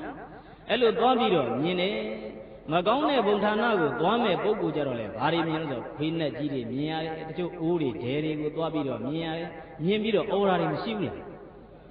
ရှိတယ်အဲ့ဒါအမြင်ကောင်းတာလားမကောင်းတာလားပြောရင်အဲ့ပုဂ္ဂိုလ်ဟာအမြင်မကောင်းတော့ဘူးဒီမြင်တဲ့အတိုင်းပဲလူဘဝကိုပြန်လာရမယ်ပုဂ္ဂိုလ်ကြတော့လေဘာတွေမြင်ဆိုအမိဝမ်းရည်ကိုသွားပြီးတော့မြင်တယ်လူသားဖြစ်တဲ့ပုဂ္ဂိုလ်တွေကိုမြင်တယ်အဲ့လိုမြင်ပြီးတော့အမိဝမ်းရည်မြင်ပြီးတော့ဒီဘက်ဘဝကနေသိလိုက်တဲ့ပုဂ္ဂိုလ်ဒီဘယ်မှာသွားပြီးတော့ဖြစ်ရလဲပြောရင်လူဘဝမှာလာဖြစ်ရတယ်ဘယ်မှာသွားဖြစ်ရလဲလူဘဝမှာလာပြီးတော့ဖြစ်ရတကယ်လို့ကိုကမြင်တဲ့အမြင်မှာသေကံဤအချိန်မြင်လိုက်တာကငရဲဦးတွေသွားပြီးတော့မြင်တယ်ကြောလှောနေတာတွေမြင်တယ်ဟဲ့လို့ဆိုအဲ့ဒီပုဂ္ဂိုလ်ဘယ်သွားမဲ့ပုဂ္ဂိုလ်လဲငရဲကိုသွားမဲ့ပုဂ္ဂိုလ်ဘယ်သွားမဲ့ပုဂ္ဂိုလ်လဲငရဲကိုသွားမဲ့ပုဂ္ဂိုလ်ပဲအဲ့ဒီပုဂ္ဂိုလ်ကနော်ငရဲကိုသွားမဲ့ပုဂ္ဂိုလ်အဲ့လိုဆိုသေကံဤကိုဒီလိုအာယုန်နေမြင်တဲ့အခါကျပထမအဆုံးဂရုကံရှိရင်ဂရုကံကတော့ဘယ်သူမှတားလို့မရတော့နော်ဂရုကံဆိုတာဂရုကလေးတာကမ္မကအလုံးဂရုကပါတယ်လေဂရုကလေးတယ်ကမ္မကအလုံးအဲ့ကြတော့လေးတဲ့ကံကြီးတွေကိုကျူးလွန်ထားတဲ့ပုဂ္ဂိုလ်ကြဘယ်သူမှကူလို့မရလေးတဲ့ကံဆိုတာကဘာကံနေရှိလဲလို့ပြောရင်ဘိုးကအဖေကိုတတ်ထားတဲ့ကံမျိုး ဟုတ်လားအမေကိုတတ်ထားတဲ့ကံမျိုးယန္တာဖြစ်တဲ့ပုဂ္ဂိုလ်ကိုတတ်ထားတဲ့ကံမျိုးဘုရားရှင်ကိုသွေးစိမ့်တေအောင်လှုပ်ထားတဲ့ကံမျိုးနောက်တစ်ခုကကြတော့သူလှုပ်တဲ့ကံကတန်ခါဘေးကတန်ခါအသင်းခွဲထားတဲ့ကံမျိုးတွေရှိနေမယ်ဟဲ့လို့ဆိုရင်အဲ့ဒီပုဂ္ဂိုလ်ဒီကံတွေကြတော့ရားတဲ့ပုဂ္ဂိုလ်ကကူလို့ရသေးလားမရတော့ဘူးအမေဖေတတ်ထားတဲ့ပုဂ္ဂိုလ်ဘယ်လို့မှကောင်းရမရောက်နိုင်ဘူးနော်အမေဖေတတ်တဲ့ပုဂ္ဂိုလ်ယန္ဖြစ်တဲ့ယန္တာဖြစ်တဲ့ပုဂ္ဂိုလ်ကိုတတ်ထားမယ်ဟဲ့လို့ဆိုရင်လည်းပဲအဲ့ဒီပုဂ္ဂိုလ်ဟာဘယ်တော့မှကောင်းတဲ့ဘဝကိုမရတော့ဘူးဒါအမှန်ပဲတန်ခါသင်ခွဲတယ်တန်ခါသင်ခွဲတာမရှိဘူးလားအေးဒီเจ้าနဲ့ဟိုเจ้าမတည့်အောင်ဟုတ်လားတစ်เจ้าနဲ့တစ်เจ้าအစင်မပြေအောင်နေလုံးနေတယ်ဟဲ့လို့ဆိုရင်အဲ့ဒီပုဂ္ဂိုလ်မျိုးဒီအဲ့ဒါတန်ခါသင်ခွဲတဲ့ကံနီးပါးလောက်ကိုအကျိုးပေးခံစားရတယ်ဒီကံနေတာရှိနေမယ်ဟဲ့ဆိုရင်အဲ့ဒီပုဂ္ဂိုလ်ဒီတေကံနီးအာယုန်နေမကောင်းတဲ့အာယုန်နေချင်းဘယ်သူမှလာပြီးတော့တားလို့မရတော့ဒီဘဝသေတာနဲ့တကယ်နဲ့ဘယ်ကိုရောက်ရလဲလို့ပြောလို့ရှိရင်ငရဲဘုံကိုရောက်သွားတာဘယ်ကိုရောက်သွားလဲငရဲဘုံကိုရောက်ရတယ်အဲ့ဒါဂရုကံရှိနောက်တစ်ခုကဂရုကံကဘာတွေရှိသေးလဲလို့ပြောရင်ကိုကတမထတရားကိုအားထုတ်လိုက်တဲ့အတွက်ကြောင့်ဇန်တရားရတယ်မတရားရတယ်လို့ကြားဘူးလေနော်ဇန်တရားရတဲ့ပုဂ္ဂိုလ်မျိုးဆိုရင်အဲ့ဒါဂရုကံရထားတာဒီဂရုကံရူပဇံရထားတဲ့ပုဂ္ဂိုလ်ဒီသိရင်ဘယ်ကိုသွားမလို့ဆိုရင်ရူပဗြဟ္မပြည်ကိုသွားမယ်အရူပဇံကိုရထားတဲ့ပုဂ္ဂိုလ်ဒီသိရင်ဘယ်သွားမလဲအရူပဗြဟ္မပြည်ကိုသွားမယ်အဲ့ဒါရူပဗြဟ္မအရူပဗြဟ္မဖြစ်ဖို့အဲ့ဒီဖြစ်ဖို့ဆိုလို့ရှိရင်သူတို့ကိုယ်တိုင်ကရူပဇံနဲ့အရူပဇံကိုမရဘဲနဲ့အဲ့ဒီကိုရောက်နိုင်ရလားမရောက်နိုင်အဲ့ဒါကြောင့်မို့ဂရုကံဘယ်နှမျိုးရှိလဲလို့ပြောရင်စုပေါင်း9မျိုးရှိတယ်ဘယ်နှမျိုးရှိလဲ9မျိုးရှိတယ်တဲ့ဘာတွေရှိလဲလို့ပြောရင်အဖကိုအမိကိုတတ်တဲ့ကံအဖကိုတတ်တဲ့ကံယဟန္တာကိုတတ်ထားတဲ့ကံနောက်တစ်ခုကဘုရားရှင်ကိုသွေးစိမ့်တဲအောင်လုပ်တဲ့ကံတဲ့ဒီခေတ်ထဲမှာဘုရားရှိသေးလားသိသေးအေးဒီကံမျိုးတော့မသိနိုင်တော့ဒါပေမဲ့ဘုရားနာမှာနေပြီးတော့ဘုရားကိုမယုံမသိလုပ်တယ်ဟဲ့လို့ဆိုရင်အဲ့ဒီပုဂ္ဂိုလ်မျိုးကြတော့သွားပြီးတော့သိနိုင်နေတယ်တက်ရိုက်တော့မသိနိုင်ဘူးပေါ့တန်ခါကိုသင်ခွဲတဲ့ကံဆိုပြီးတော့၅မျိုးရဲ့နောက်ရူပဇံဟုတ်လားနော်ရူပကုသိုလ်ကံအရူပကုသိုလ်ကံဒီ9မျိုးရှိရင်အဲ့ဒီ9မျိုးဒီသေကံနီးမှာသေချာပေါအကျိုးပေးမယ်အဲ့ဒါကိုဘာကံလို့ခေါ်ဆိုရင်ဂရုကံလို့ဒီလိုခေါ်ရနော်အဲ့ဒါကိုဂရုကံလို့ခေါ်ရအဲ့ဒီကံမျိုးမရှိရင်ကြဘယ်ကံကသေကံနီးပုဂ္ဂိုလ်ကိုအကျိုးပေးလဲလို့ပြောအာတဏကံကအကျိုးပေးတာဘာကံကလဲအာတဏကံကအကျိုးပေးတာအာတဏဆိုတာအနီးလို့အဓိပ္ပာယ်ရ proximate action ပေါ့နော်ဒီအာတဏကံကနေပြီးတော့အကျိုးပေးတယ်နီးတဲ့သေကံနီးဖြစ်တဲ့အချိန်မှာတလျှောက်လုံးအကုသိုလ်တွေလှုပ်လာတော့မှန်တယ်သေကံနီးမှာဝင်ပြီးတော့တယောက်ယောက်ကနားလေတဲ့ပုဂ္ဂိုလ်ကနေပြီးတော့ပြင်ဆင်ပေးလိုက်ရင်လည်းပဲအဲ့ဒီပုဂ္ဂိုလ်ဒီကောင်းရဖို့မရောက်နိုင်ဘူးလားရောက်နိုင်တယ်ဘုရားရဲ့လက်ထက်တော်အခါကယန္တပါရှိတယ်နော်သူ့ရဲ့အဖေဖြစ်တဲ့ပုဂ္ဂိုလ်ကတလျှောက်လုံးတန်ဃာလုပ်ငန်းလုပ်တယ်ဘာလုပ်ငန်းလုပ်လဲတန်ဃာလုပ်ငန်းလုပ်တယ်တဲ့သေကံနီးရောက်တဲ့အချိန်ရောက်တဲ့အခါကျတော့မကောင်းတဲ့အာယုန်တွေထင်လာတဲ့အခါကျတော့အော်တယ်ဟစ်တယ်အဲ့ဒါကိုသူ့ရဲ့သားဖြစ်တဲ့ယန်းကသိပြီးတော့ဟာငါရဲ့အဖေတော့မဟုတ်တာတွေတော့မြင်နေပြီငါကူမရမှာပဲဆိုပြီးတော့သူ့ရဲ့အဖေစီကိုသွားပြီးတော့ဒကာကြီးဒီပန်းလေးကိုဗုဒ္ဓကိုလှူလိုက်ဆိုပြီးတော့ဖယားကိုဘာလှူခိုင်းလိုက်လဲပန်းလှူတယ်အဲ့ဒီလှူလိုက်တဲ့ကုသိုလ်ကြောင့်အဲ့ဒီပုဂ္ဂိုလ်ဒီတလျှောက်လုံးကဘဝဒီမကောင်းတဲ့အကုသိုလ်တွေနဲ့နေလာပေမဲ့မျက်ပြည်ကိုမရောက်လားရောက်တယ်အဲ့ဒါမျိုးကံနေလည်းပဲရှိတယ်အဲ့ကြောင့်မို့သေကံนี้မှာလုပ်တဲ့အာတဏကံကလည်းအရေးမကြီးဘူးလားအရေးကြီးတယ်ဟုတ်လားနော်အဲ့ဒီကံမရှိဘူးဆိုလို့ရှိရင်လူတွေကိုဘယ်ကံကအကျိုးပေးဆိုအာစိဏကံကအကျိုးပေးတာဘာကံနဲ့လဲအာစိဏကံနဲ့အာစိဏကံဆိုတာကအမြဲတမ်းလုပ်တဲ့ habitual action တွေပေါ့နော်အမြဲတမ်းလုပ်တဲ့ action တွေကနေအကျိုးပေးတယ်အမြဲတမ်းလုပ်တဲ့ action ဆိုတာကလူတစ်ယောက်အသက်ရှင်နေတဲ့အခိုက်အတန့်မှာတချို့ကရွတ်တာဖတ်တာဝါဒနာပါတဲ့အတွက်ကြောင့်ရွတ်တယ်ဖတ်တယ်ဗုဒ္ဓရဲ့ကျမ်းစာတွေကိုရွတ်ကြဖတ်ကြတယ်ပရိတ်တိရွတ်တာလည်းပဲရှိတယ်ပဋ္ဌာန်းတွေရွတ်တာလည်းပဲရှိတယ်အဲ့ဒါမျိုးလုပ်တဲ့ကံတွေရှိသလိုတချို့ကကြတော့လည်းပဲအကုသိုလ်တွေနဲ့အသက်ရှင်နေတာမရှိဘူးလားအေးနေ့စဉ်နေတိုင်းပဲလင်းလာတာနဲ့တပြိုင်နက်ဟောကြက်တတ်တယ်ငှက်တတ်တယ်ဝက်တတ်တယ်ဟုတ်လားကျန်တဲ့သရဝါမှန်သမျှတွေအလွယ်တကူနဲ့တတ်နေတဲ့ပုဂ္ဂိုလ်တွေအလွယ်တကူနဲ့အသက်ရှင်နေတဲ့ပုဂ္ဂိုလ်တွေလောကမှာမရှိဘူးလားအဲ့ဒီပုဂ္ဂိုလ်တွေရဲ့ habitual တွေပေါ့နော်အမြဲတမ်းလုပ်နေတဲ့အလေးအကျင့်ဖြစ်နေတဲ့ကံတွေကဝင်ပြီးတော့အကျိုးပေးမှာ အဲ့ကြပထမအဆုံးဂရုကံကရှိရင်အကျိုးပေးမယ်ဂရုကံမရှိရင်အာတဏကံကအကျိုးပေးမယ်အာတဏကံမရှိဘူးဆိုရင်ဘာကံကအကျိုးပေးမယ်အာစိဏကံကအကျိုးပေးမယ်အာစိဏကံနေ့စဉ်လှုပ်ထားတဲ့လုံတော့မရှိဘူးရဲ့လို့ဆိုရင်ဘယ်ကံကအကျိုးပေးဆိုကတ္တတကံကအကျိုးပေးမှာဘယ်ကံကအကျိုးပေးမလဲကတ္တတကံဆိုတာကဒီဘဝမှာလည်းပဲလှုပ်ထားတဲ့ကံတွေရဲ့အရင်ဘဝကလှုပ်ခဲ့တဲ့ကံတွေအကျိုးမပေးသေးဘဲနဲ့ကြံနေတဲ့ကံတွေကနေပြီးတော့လူကိုအကျိုးပေးသွားတာအဲ့ဒါကိုဘာကံလို့ခေါ်ဆိုရင်ကတ္တတကံတဲ့ပြိတ္တိဘာကံနဲ့လဲကတ္တတကံနော်အဲ့ဒီကံတွေကနေပြီးတော့အကျိုးပေးသွားတာအဲ့ကြတော့အကျိုးပေးဖို့အစဉ်ဒီသေကံဤဖြစ်တဲ့ပုဂ္ဂိုလ်ဒီအဲ့ကံ၄မျိုးထင်တယ်ထင်မလားအဲ့ဒီကံ၄မျိုးထင်ပြီးတော့တစ်ဖက်ဘဝကိုရောက်သွားတာနော်တစ်ဖက်ဘဝကိုရောက်သွားတယ်ဆိုတဲ့အပိုင်းပဲကျတော့သွားဖို့နှစ်ခုရှိတယ်ကျန်တဲ့ဘာသာတရားတွေကတစ်ဖက်ဘဝကိုရောက်သွားတဲ့အပိုင်းမှာအတ္တကနေရောက်သွားတယ်ဘာနေရောက်သွားလဲအတ္တကနေရောက်သွားတယ်ဗုဒ္ဓဘာသာကဘာရောက်သွားလဲပြောရင်ယုံနံတို့ရဲ့စွမ်းအားရောက်သွားတာဘုရားကဘာလဲယုံနံတို့ရဲ့စွမ်းအားတွေရောက်သွားတာရောက်ပြီးတော့တစ်ဖက်ဘဝမှာသွားပြီးတော့လူရည်လို့ဖြစ်တယ်ဓမ္မမို့ရင်တိရစ္ဆာန်ရည်လည်းဖြစ်တယ်အဲ့ဒီပုံစံမျိုးနဲ့ဖြစ်သွားတာဒီလိုဆိုတော့နိုင်ငံသားဖြစ်တဲ့ပုဂ္ဂိုလ်ဒီနားမှာမယုံညာဘူးနော်မယုံညာဘူးဘုရားဘာသာဖြစ်တဲ့ပုဂ္ဂိုလ်တွေကနောက်ဘဝရှိတယ်လို့ပြောတယ်အဲ့ဒီနောက်ဘဝကိုငါတို့ကိုပြသမှာကဲနောက်ဘဝကိုတို့ပြလို့ရမှာကဲလောကထဲမှာဘုရားဘာသာဖြစ်တဲ့ပုဂ္ဂိုလ်ကနောက်ဘဝကိုမယုံဘူးလားနောက်ဘဝကိုယုံတာပဲဒါပေမဲ့သူတို့ကအဲ့ဒီနောက်ဘဝဆိုတာကိုငါ့ကိုပြသမှာဆိုရင်ပြဖို့ရတော့ခင်းရင်မှာနော်ခင်းရင်လည်းအဲ့ကြတော့တို့ကလောကထဲမှာလိုက်ပြီးတော့ကြည်ရင်တို့ရွာတွေထဲပဲဖြစ်ဖြစ်မြို့တွေထဲပဲဖြစ်ဖြစ်လူဝင်သားဆိုတာမရှိဘူးလားလူဝင်သားဖြစ်တဲ့ပုဂ္ဂိုလ်ဘာတွေပြန်ပြောတတ်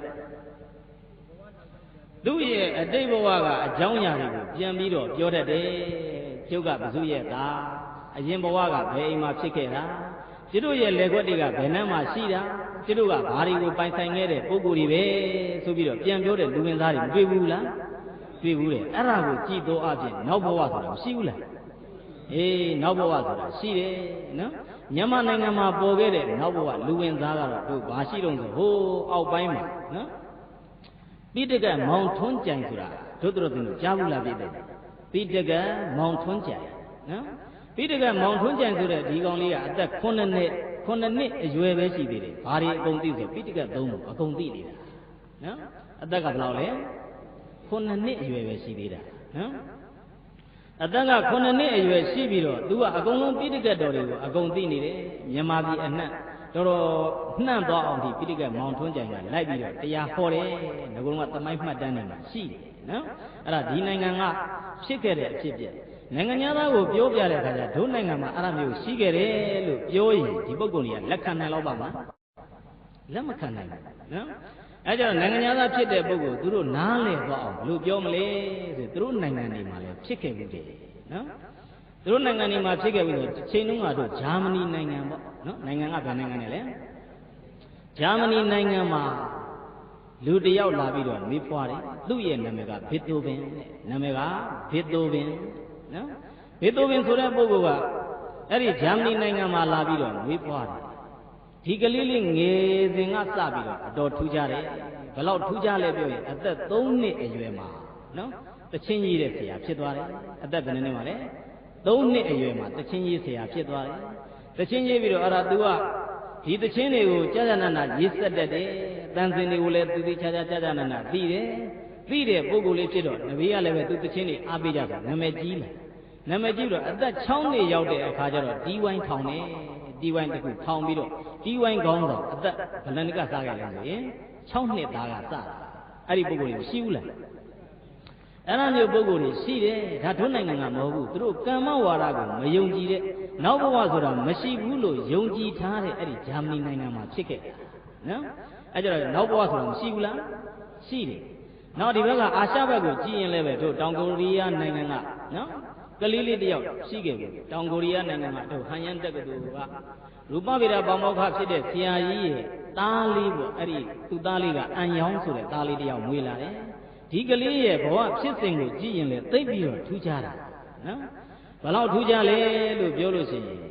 မွေးပြီးလို့ရက်100ရတဲ့အခါကျတော့ဘဝ19ကြောင်ပေါက်တယ်တဲ့ပြည့်တဲ့ဘယ်လောက်ရရင်လဲ တို့ရက်ကဘယ်လောက်ပဲရှိသေးလဲ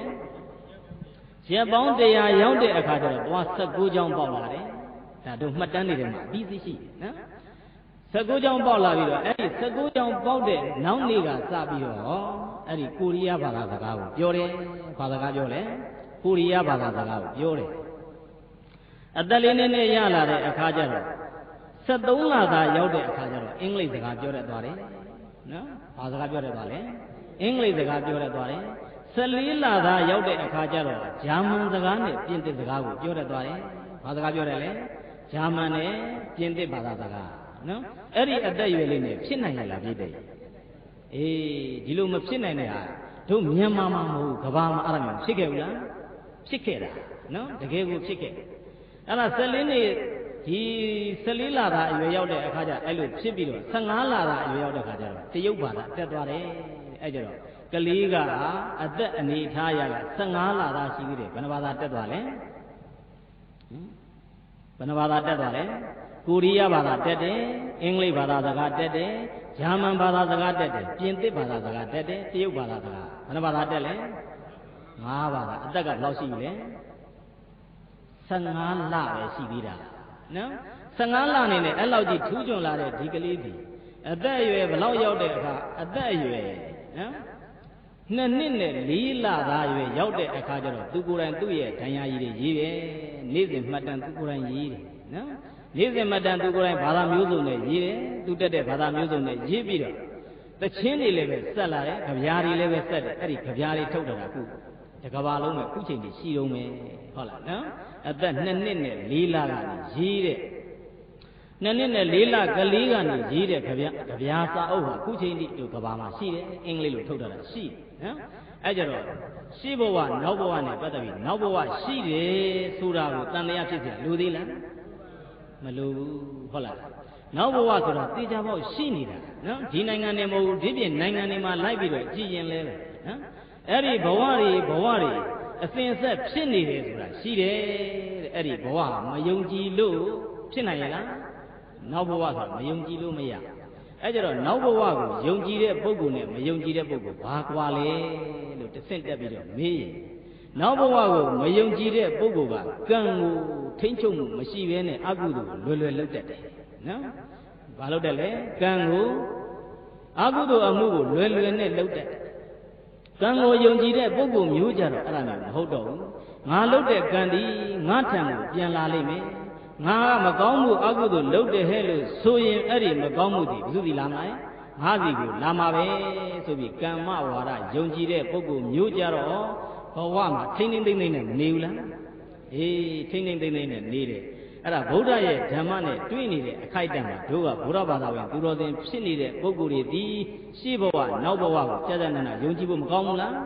ယုံကြည်ဖို့လဲကြာကြာနာနာကောင်းတယ်ယုံလဲယုံတတ်အောင်လုပ်ရနော်ဒီနည်းလေးမှာတို့ဘာလေးတွေရှိလဲလို့ပြောလို့ရှိရင်သေဂာနိဖြစ်တဲ့ပုဂ္ဂိုလ်တွေကတောင်းစုချွေသွားကြတာရှိပါနော်သေဂာနိဖြစ်တဲ့ပုဂ္ဂိုလ်ကတောင်းစုချွေသွားတယ်တောင်းစုချွေသွားတယ်ဆိုတဲ့အခါကျတော့ရှင်းတော့ကဆရာတော်တွေလည်းပဲသေဂာနိအချိန်ရောက်ပြီဟဲ့လို့ဆိုရင်ပြန်တော်မူဂာနိဖြစ်ပြီဟဲ့လို့ဆိုတောင်းစုချွေသွားတာရှိတယ်ဒီချွေသွားတဲ့တောင်းစုတွေကငိုတော့ကတောင်းဖီလာဆရာတော်ဆိုရှိတယ်သိတဲ့ဘူးတယ်လေတောင်းဖီလာဆရာတော်ဆိုစာအုပ်ပေါင်းများစွာရေးသွားတယ်ဟုတ်လားနော်လေးတရားပေါင်းများစွာရေးသွားတယ်အဲ့ဒီဆရာတော်ကြီးကသူပြန်တော်မူကန်ဤရောက်တဲ့အခါကျတော့တောင်းစုဂါထာတစ်ပုဒ်နဲ့တောင်းစုချွေးသွားတယ်ဘာဖြစ်ချင်တာလဲလို့ပြောရင်ယုတ်ကစိုးနတ်မင်းဖြစ်ချင်တာသိတဲ့ဘာဖြစ်ချင်တာလဲယုတ်ကစိုးနတ်မင်းဖြစ်ချင်တာယုတ်ကစိုးဆိုတော့ဘယ်မှာနေသာသနာတော်ကြာနေတဲ့အချိန်သာသနာတော်ကွယ်ကန်ဤဖြစ်တဲ့အချိန်မှာဒီသာသနာတော်ကိုစောင့်ရှောက်နိုင်တဲ့အဲ့ဒီယုတ်ကစိုးကြီးဖြစ်ချင်တာဟုတ်လားနော်ဘာလို့တဲ့ယုတ်ကစိုးလဲသာသနာတော်ကိုစောင့်နိုင်တဲ့စောင့်ရှောက်နိုင်တဲ့သာသနာတော်ကိုပံ့ပိုးပေးနိုင်တဲ့ယုတ်ကစိုးနတ်မင်းကြီးဖြစ်ခြင်းနဲ့ဆိုပြီးတော့အဲ့ဒါဘယ်ဆရာတော်ကြီးကဆူတောင်းပါလဲတောင်းဖီလာဆရာတော်ကြီးကဆူတောင်းသွားတာနော်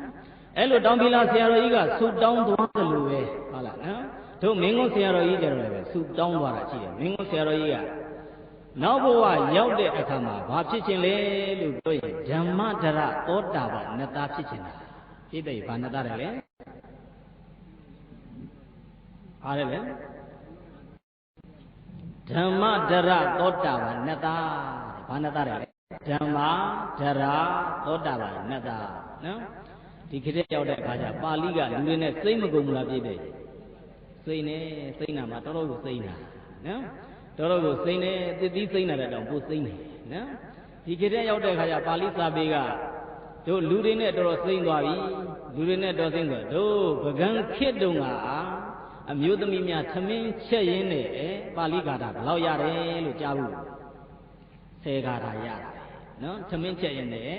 ပါဠိစာပေကိုကြက်တယ်ဒီနေ့10ကာထာရတယ်တဲ့နော်ဒီနေ့ဒီခေတ်ထဲရောက်လာတဲ့အခါကျတော့ဘဝတစ်လျှောက်လုံးနေတာကိုတောင်မှကာထာ100ပြည့်လိုက်ရလားပြည့်ဖို့ရတော့ခင်းရင်သွားပြီဟုတ်လားနော်အဲကြောင့်ဘုန်းကြီးတွေအစဉ်တန်းကြတာလည်းမပြောနဲ့လူတွေလည်းပဲအစဉ်တန်းမကြဘူးလားအေးဘုန်းကြီးတွေလည်းပဲတို့စွမ်းအားတွေကြလာတာရှိတယ်လူတွေလည်းပဲကြမှာလားကြလာတယ်လူကလည်းပဲစွမ်းအားကြဘုန်းကြီးကလည်းစွမ်းအားကြရင်သာသနာဟာပြုတ်တာပဲဟုတ်လားနော်သာသနာကွယ်တာပဲတန်ဃာတွေအခုမြန်မာနိုင်ငံမှာ9သိန်းရှိကျော်ရှိတယ်9သိန်းရှိနေပေမဲ့သူတို့ရဲ့ခြံမှာဗုဒ္ဓဓမ္မသံဃာနှလုံးသားထဲမှာဘာမှမကိန်းဘူးဗုဒ္ဓရဲ့အဆုံးမှာဘာမှမကိန်းရင်တန်ဃာဘလောက်များသာသနာမကွယ်ဘူးလားကွယ်တယ်ဟုတ်လားနော်ခုမြန်မာနိုင်ငံမှာကြည့်ရင်တို့ဗုဒ္ဓဘာသာကများနေတာပဲဗုဒ္ဓဘာသာများနေပေမဲ့သွားပြီးတော့မေးကြည့်လိုက်လို့ဗုဒ္ဓဓမ္မသံဃာအကြောင်းမသိဘူးဟဲ့လို့ဆိုရင်အဲ့ဒီပုဂ္ဂိုလ်နှလုံးသားမှာဖျားတည်ရလားဖျားရှိရလားမရှိဘူးဟုတ်လားနော်သာသနာကွယ်တယ်ဆိုတာကတို့မီးကွယ်တယ်လို့မီးပိတ်လိုက်တယ်လို့မှိတ်သွားတာမဟုတ်ဘူးဖြည်းဖြည်းနဲ့ကွယ်နေရင်အသိနေရင်နဲ့သွားပြီးတော့မေးကြည့်လိုက်ဘာမှမသိတော့ဘူးယဟန်တွေဝင်းနေတာတော့မှန်တယ်ယဟန်တွေရဲ့စိတ်တဏ္ဍာမှာဘာ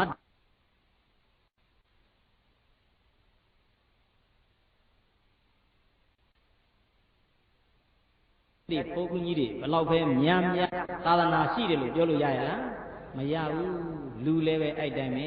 ဟုတ်လားနော်အဲကြောင့်မို့ကိုဒီမကြည့်တဲ့အခါကျတော့ဓမ္မဒရနတ္တာဘာနတ္တာလဲဓမ္မဒရနတ္တာဓမ္မဆိုတာကတရားဒရဆိုတာကဆောင်းထားတာနော်ဓမ္မကပါလေတရားဒရကဆောင်းထားတာနော်အဲကြတော့တရားကိုဆောင်းထားတဲ့သောတာပန်နတ္တာဖြစ်ရပါလို့ဤလို့ဘယ်ဆရာတော်ကြီးကဆုတောင်းပါလဲမင်းကုန်းဆရာတော်ကြီးကအဲ့လိုဆုတောင်းသွားတာနော်မင်းကုန်းဆရာတော်ကြီးကအဲ့လိုဆုတောင်းသွားတယ်အဲကြတော့သူတို့ကဆုတောင်းတဲ့အတိုင်းဆုကတောင်းနေတောင်းပြီးတော့ဘာမှမလုပ်ရင်တော့ရောက်နိုင်ရလားမရောက်နိုင်ဘူးဟုတ်လားတောင်းထားတဲ့အတိုင်းကိုကလုံးမှနော်တောင်းထားတဲ့အတိုင်းလည်းပဲသူသာသာအားထုတ်တဲ့ပုဂ္ဂိုလ်မျိုးကြတော့တောင်းတဲ့ဆုအတိုင်းမပြည့်ဘူးလားပြည့်တယ်ဒီတိုင်းနေုံနဲ့တော့ဒါမပြည့်တာအမှန်ပဲနော်တို့ဘုရားဘာသာတွေကတို့ဘုရားရှိခိုးတဲ့အခါပဲဖြစ်ဖြစ်ခုနကတရားတောင်းတာပဲကြည့်နော်တရားတောင်းတဲ့နဲ့အရှိကြီးမပါဘူးလားနော်တရားတွေကအများကြီးပြောသွားတာရှိတယ်တကယ်တမ်းကြာကြာနာနာကြင့်ရင်အဲ့ဒီတရားတောင်းတဲ့ရင်ပဲတို့နိဗ္ဗာန်ကိုမရောက်နိုင်ဘူးလားရောက်နိုင်တယ်သူပြောတဲ့ထဲမှာအဓိပ္ပာယ်တွေမပါဘူးလားပါတယ်အများကြီးပါတယ်ဒါပေမဲ့ဘုရားဘာသာတွေဖြစ်နေကြတာကဘာလေးတွေရှိအောင်ဆိုနိဗ္ဗာန်ကိုရလို့ကြောင်းနဲ့ဆုတောင်းရကိုစီအာပေါက်လို့ပြီနိဗ္ဗာန်ပြီရမည်ကွယ်မဟုတ်သေးအမတန်ရွှေပြည်နန်းကိုနီးရနဲ့ဝေးအဲ့လိုဖြစ်နေတာနိဗ္ဗာန်နဲ့တော့မနီးဘူးလားနီးတယ်နိဗ္ဗာန်နဲ့အဲ့နိဗ္ဗာန်ကိုရောက်နိုင်ရနိုင်ရဲ့လားအေးရနိုင်လည်းနေတော့ရှိတယ်ဒါပေမဲ့ရရလားဆိုရင်မရဘူးဖြစ်နေတာအဲ့ဒါဘာလို့တော့ဆိုရင်ကိုလိုတာတရားလိုတာဟုတ်ရဲ့လားတရားကမလို့လူဖြစ်တဲ့ပုဂ္ဂိုလ်ကကျင့်သုံးတဲ့အပိုင်းမှာရော့ကျသွားတာနော်ဘုန်းကြီးလည်းပဲကျင့်သုံးတဲ့အပိုင်းမှာကြာသွားရင်လူဖြစ်တဲ့ပုဂ္ဂိုလ်ကလည်းပဲကြာသွားတယ်ဟဲ့လို့ဆိုရင်ဘလောက်ပဲဆူတောင်းတောင်းဒုဗုဒ္ဓကရော့မင်းနိဗ္ဗာန်လို့ပြီးနိုင်တယ်ဘုရားကခွေရတာမဟုတ်ဘူးနော် discover လားနော်ရှားဖွေပေးတဲ့ပုဂ္ဂိုလ်လမ်းညွန်ပေးတဲ့ပုဂ္ဂိုလ်သာဖြစ်တာနော်ဗုဒ္ဓကဖန်တီးပေးတဲ့ပုဂ္ဂိုလ်မဟုတ်ဘူးရော့ရရောဒီလိုပုံစံမျိုးဒုဗုဒ္ဓကပေးတာမရှိဘူးနော်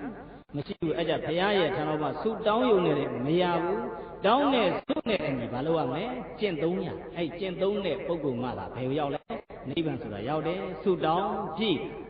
ခုဒီမှာကြည့်လိုက်တဲ့အခါကျတော့ဆရာတော်ကြီးကိုယ်တိုင်ကမြင်းကွန်းဆရာတော်ကြီးကိုယ်တိုင်ကလည်းပဲ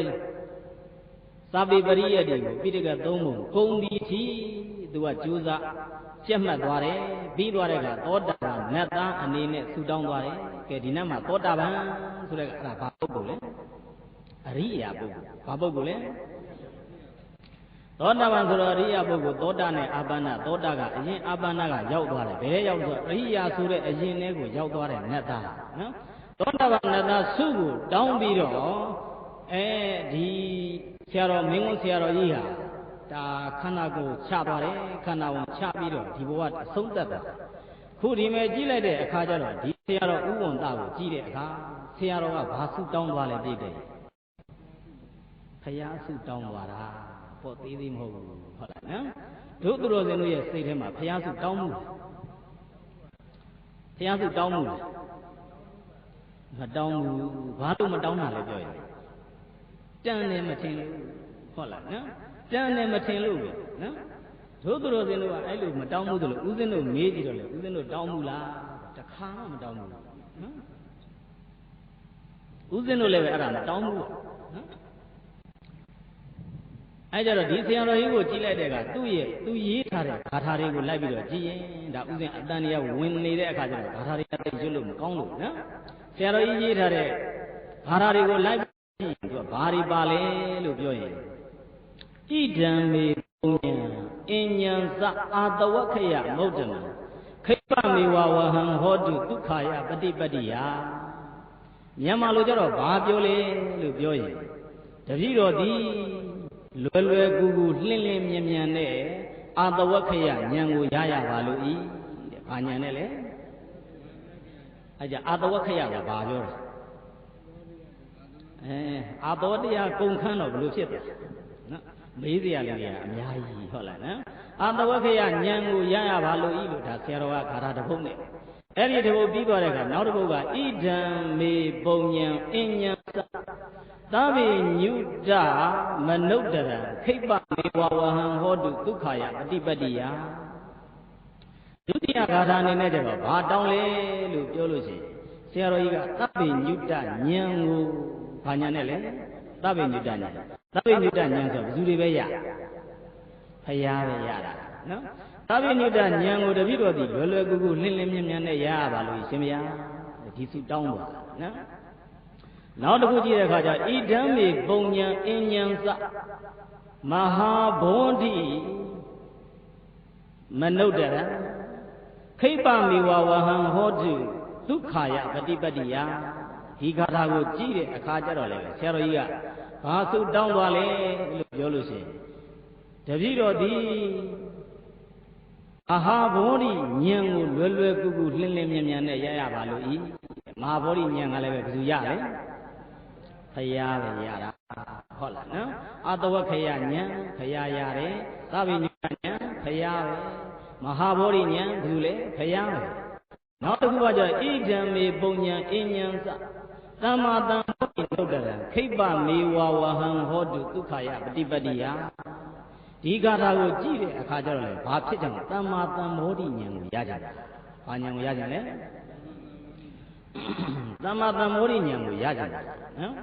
သမ္မာတံမောဓိဉာဏ်ကိုရပြီးတော့ရဘာလို့ဤလင်းလင်းမြန်မြန်နဲ့ရဘာလို့ဤဆိုခြုံပြီးတော့ပြောရင်ဆရာတော်ကြီးဘာဖြစ်ချင်တာလဲပြောရင်ဖယားဖြစ်ချင်တာဘာဖြစ်ချင်တာလဲဒီဖယားစုကိုသူကဘယ်ချိန်ကစဆူတောင်းခဲ့တာတို့9 နှစ်သားအရွယ်ကစခဲ့တာဒီသိဘယ်လောက်ကစခဲ့လဲ9 နှစ်သားအရွယ်ကနေစပြီးတော့ဒီဖယားစုကိုဖယားရဲ့ဇတ်တော်တွေကိုကြည့်ပြီးတော့သူကအားကြတယ်အားကြပြီးတော့ဖယားစုကိုပန်ခဲ့တာနော်ဆရာတော်ဥဝန္တာတာမန်ဟုတ်ရဲ့လားမဟုတ်ဘူးဖယားစုပန်ဦးဇင်းတို့တော့နဘေးလိုက်ပြီးတော့တရားဟောတဲ့ပွဲတွေဖယားစုပန်နဲ့ဘုန်းကြီးတွေ့ဘူးသိပြီဟုတ်လားနော်တော်တော်ရှားသွားနော်အဲ့ဒါတက်ရှိနေတဲ့ဒီဆရာတော်ပဲတော်များများတွေ့ရနော်အဲ့ကြတော့ဒီဘုရားစုကိုသူကပန်းပါဒီလောက်လေးနဲ့တင်သူကပြီးလားလို့ပြောရင်ဆရာတော်ကနောက်ထပ်ဆုတစ်ခုကိုလည်းသူကပန်းသွားသေးတယ်နော်ဘာပန်းသွားလဲလို့ပြောလို့ရှိရင်ယံပတ္တံကုတလံဒေနဒုတိယေအတ္တဘာဝမိဓမ္မာနုရက္ခိတောနာမဒီဝောဟဝေဘဝေယမိမြန်မာလိုရှင်းရှင်းလင်းလင်းပြောရင်ဒီဘဝကသေလို့နောက်ဘက်ဘဝမှာဖြစ်ပြီဟဲ့လို့ဆိုရင်တဲ့ဓမ္မာနုရက္ခိတနတ္တဖြစ်ရပါလို့ဤဒီသိဘာနတ္တတယ်လဲဓမ္မာနုရက္ခိတဘာရက္ခိတတယ်လဲဓမ္မာနုရက္ခိတဓမ္မာနုရက္ခိတကိုပုတ်ခွဲရင်ဓမ္မရဲ့အနုရဲ့ရက္ခိတ ဘာနဲ့လဲဓမ္မာအနုရက္ခိတဓမ္မကတရားအနုကအစဉ်ရက္ခိတကစောင့်ရှောက်တယ်တရားကိုခါဝစဉ်စောင့်ရှောက်တဲ့နတ်သားဘာနတ်သားလဲဘုရားရဲ့ဓမ္မကိုခါဝစဉ်စောင့်ရှောက်နိုင်တဲ့ဓမ္မာနုရက္ခိတနတ်သားဖြစ်ရပါလို့ဤတဲ့ဆရာတော်ကြီးဒါဆုတောင်းသွားတာဒုတိယဘဝသူဆုတောင်းတဲ့အတိုင်းလည်းပဲမပြည့်နိုင်ဘူးလားပြည့်အောင်လည်းပဲသူကတရားတွေကိုအာမထုတ်ခဲ့ဘူးလားအာထုတ်ခဲ့တယ်ရွတ်တာဖတ်တာတွေလည်းပဲတလျှောက်လုံးရွတ်ခဲ့တယ်ဟုတ်လားမျက်စိကွယ်တဲ့အချိန်ကနေစပြီးတော့ဒီဘက်ပိုင်းမှာလူတွေဆိုလို့ရှိရင်လည်းပဲတော်တော်များများလူတွေရဲ့စိတ်တဏ္ဍာနဲ့မှာဒုက္ခမရောက်စေချင်ဆရာတော်ကမေတ္တာမကြည့်ဘူးလားမေတ္တာကြည့်တယ်ဒါဥစဉ်တို့တခါလေးရွာပြန်လာတဲ့အခါတွေ့ရနော်နေရဘူးလို့နော်ဆရာတော်ကလဲပေါ်မှာထိုင်ပြီးတော့လဲနဲ့ပင်လာကြတယ်ရွာမှာပရိတ်ရွရွနဲ့တွေ့ရနော်ဒီလောက်နေပြီတဲ့ဥစဉ်တို့ကဒီရွာပြန်တဲ့အခါကျတော့ကိုယ့်ရဲ့ရွာဇရက်ထဲထိုင်ပြီးတော့အပေါ်ကလည်းပဲအမိုးပါသေးတယ်ရက်တောင်ကလည်းကင်ထားရသေးတယ်ဟုတ်လားဒီအမိုးနဲ့ဒီရက်တောင်နဲ့နေတာတောင်မှရက်ပြီးတော့နေရတယ်ဆရာတော်ကဘယ်မှာရောက်နေလဲလဲပေါ်ကအပူကြီးပေါ်မှာရောက်နေနော်ဟာဒီချိန်ကြီးကသိပြီးတော့ပူတာပဲဆိုပြီးတော့ဆရာတော်ကဘရောမှညင်းလေညင်းတာမရှိဘူးနော်တရားဝါတွေကကျမ်းမာမယ်တရားဝါတွေဒါချမ်းသာမယ်သူ့ရဲ့ပရိတ်ကိုကြားနာရပြီးတော့တကယ်သာကျမ်းမာချမ်းသာမယ်ဟဲ့လို့ဆိုရင်အဲ့ဒီလုပ်ငန်းမျိုးကိုဆရာတော်မလုပ်နိုင်ဘူးလားလုပ်တယ်တကယ်လည်းလုပ်မသွားဘူးလားလုပ်သွားတယ်ဟုတ်လားနော်လုပ်သွားတယ်အဲ့ဒါကြောင့်မို့ဒီဆရာတော်ကသူတောင်းတဲ့မပြည့်နိုင်ဘူးလားပြည့်နိုင်တယ်ဘာနဲ့သားတယ်လဲဟိုအဲ့ဒါပြီးအောင်ဆိုနော်မပြည့်ဒီနေ့မပြန်ရအောင်ဘာနဲ့သားတယ်လဲဓမ္မာနုရက္ခိတဘာနဲ့သားတယ်လဲဓမ္မာနုရက္ခိတဒီဟာကနောက်ခါကျတော့သူမြဲနေကမေးရင်ပြောပြရဟာတောင်ချောင်းဆရာတော်ကြီးပြန်တော်မူတော့ဥဝန္တာပြန်တော်မူတော့မင်းနတ်သားစုပန်သွားတာတဲ့သူ့ရဲ့နတ်သားနာမည်ကဓမ္မာနုရက္ခိတနတ်သားတဲ့လို့ဒီလောက်တော့ပြောတတ်ဖို့မကောင်းဘူးလားအေးသာတော်ကြီးဆင်နေတယ်တော့မလုပ်နဲ့ဟုတ်လားအေးဟိုကသာရဆင်မင်းဝတ္ထုကိုဟောနေလိုက်တာလို့ပြောတာပဲနော်သာရဆင်မင်းဆိုဟိုကအိမ်ငိုက်လိုက်ကြက်ထားလာလိုက်အိမ်ငိုက်လိုက်ထားလာလိုက်နေဆိုတရားပြီးတာပြီးတော့အိမ်ပြန်ပြီးရောက်တဲ့ခါကျမေးကြည့်မင်းတို့မနေ့ကဘာတရားတွေဟောတော့ဆိုတော့အေးစားတော်ဆင်နေဆိုလားမသိဘူးနော်စားတော်ဆင်နေတာဟုတ်ရဲ့လားစားတော်ဆင်မင်းကိုပဲစားတော်ဆင်နေတယ်တဲ့အခုလည်းပဲဆရာတော်ကြီးရဲ့ဘွဲကိုကြာကြာနတ်နတ်ဟုတ်လားနော်သိအောင်လုပ်ရမယ်ဓမ္မာနုရက္ခိတနတ္တဘာနတ္တလဲဓမ္မာနုရက္ခိတနတ္တမြန်မာလို့ဆိုရင်ဘာနတ္တလဲတရားကိုအစဉ်စောင့်ရှောက်တတ်တဲ့နတ်သားဘာနတ်သားလဲတရားကိုအစဉ်စောင့်ရှောက်တတ်တဲ့နတ်သားအဲ့ဒီစုကိုဆရာတော်ကြီးပန်သွားတာနော်အဲ့ကြတော့စုဆိုတာဟာလည်းပဲတန်ရာကိုပန်ကြတာပဲဖျားစုပန်တဲ့ပုဂ္ဂိုလ်ကဖျားဖြစ်နိုင်တဲ့အကြီးအသွေးထိနော်သူလောက်ကင်ဆောင်ရွက်ထားတဲ့အတွက်ကြောင့်ဘာစုပန်လဲဖျားစုကိုပန်တယ်တချို့ကကြတော့လည်းပဲအဲ့ဒီအမျိုးမဟုတ်တော့သေကံတဲ့အချိန်ရောက်တဲ့အခါကျတော့နော်ဒီဘဝကသေပြီးသွားရင်နောက်ဘဝမှာမှုဖြစ်တော့ပါတယ်လေတကိုင်းနဲ့နာရပါလို့တဲ့နော်အဲ့ဒါမျိုးလည်းမရှိဘူးလားရှိတယ်လူရှင်တော်တယောက်ကတော့ပြောတယ်ငံပြာရည်ဖြစ်တော့ဒဗလင်းနဲ့ဖြစ်ရပါလို့ဟုတ်လားနော်အဲ့ကြတော့ဒီဘက်ကဆုတောင်းနေရတာကိုနဲ့တန်ရာကိုဆုတောင်းရနော်တန်ရာကိုဆုတောင်းရလောကီလူသားဖြစ်တဲ့ပုဂ္ဂိုလ်ကကိုယ့်ရဲ့ဇနီးမယားဖြစ်တဲ့ပုဂ္ဂိုလ်ကိုယ့်ရဲ့လင်သားဖြစ်တဲ့ပုဂ္ဂိုလ်တန်ရောစင်တွေမရှိဘူးလားတန်ရောစင်တွေရှိတဲ့အခါကျသူတို့တောင်းလိုက်တဲ့ဆုကလည်းဘာဆုတွေလဲတန်ရောစင်ဆုတွေပဲဘာဆုတွေတောင်းလဲတန်ရောစင်ဆုတွေပဲနော်တန်ရောစင်မရှိတဲ့ဘုန်းကြီးကြတော့တောင်းတဲ့ဆုက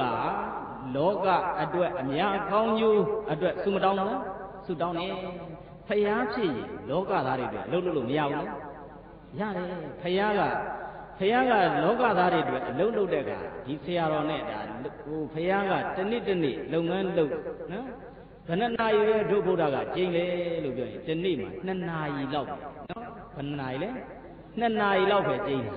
နော်ကျန်တဲ့အချိန်တွေကလောကသားတွေကျွတ်တန်းဝင်မယ်ဟဲ့လို့ဆိုရင်ဘုရားကအမြဲတမ်းသွားပြီးတော့တရားဟောတယ်ဒီဆရာတော်ကလည်းသူ့လုပ်ပုံကိုင်ပုံဒီဘုရားရဲ့လမ်းစဉ်ကသူမနေဘူးလူတွေဒါကျွတ်တန်းဝင်မယ်လူတွေဒါသူတရားနာရမယ်ဆိုရင်နေပူလည်းမသွားဘူးလားမိုးရလည်းမသွားဘူးလားအေးအဲ့ဒါဗုဒ္ဓကိုအားကြတာဗုဒ္ဓဆုတောင်းတာနော်နောက်လုပ်ငန်းလုပ်တဲ့အပိုင်းမှာလည်းပဲဗုဒ္ဓက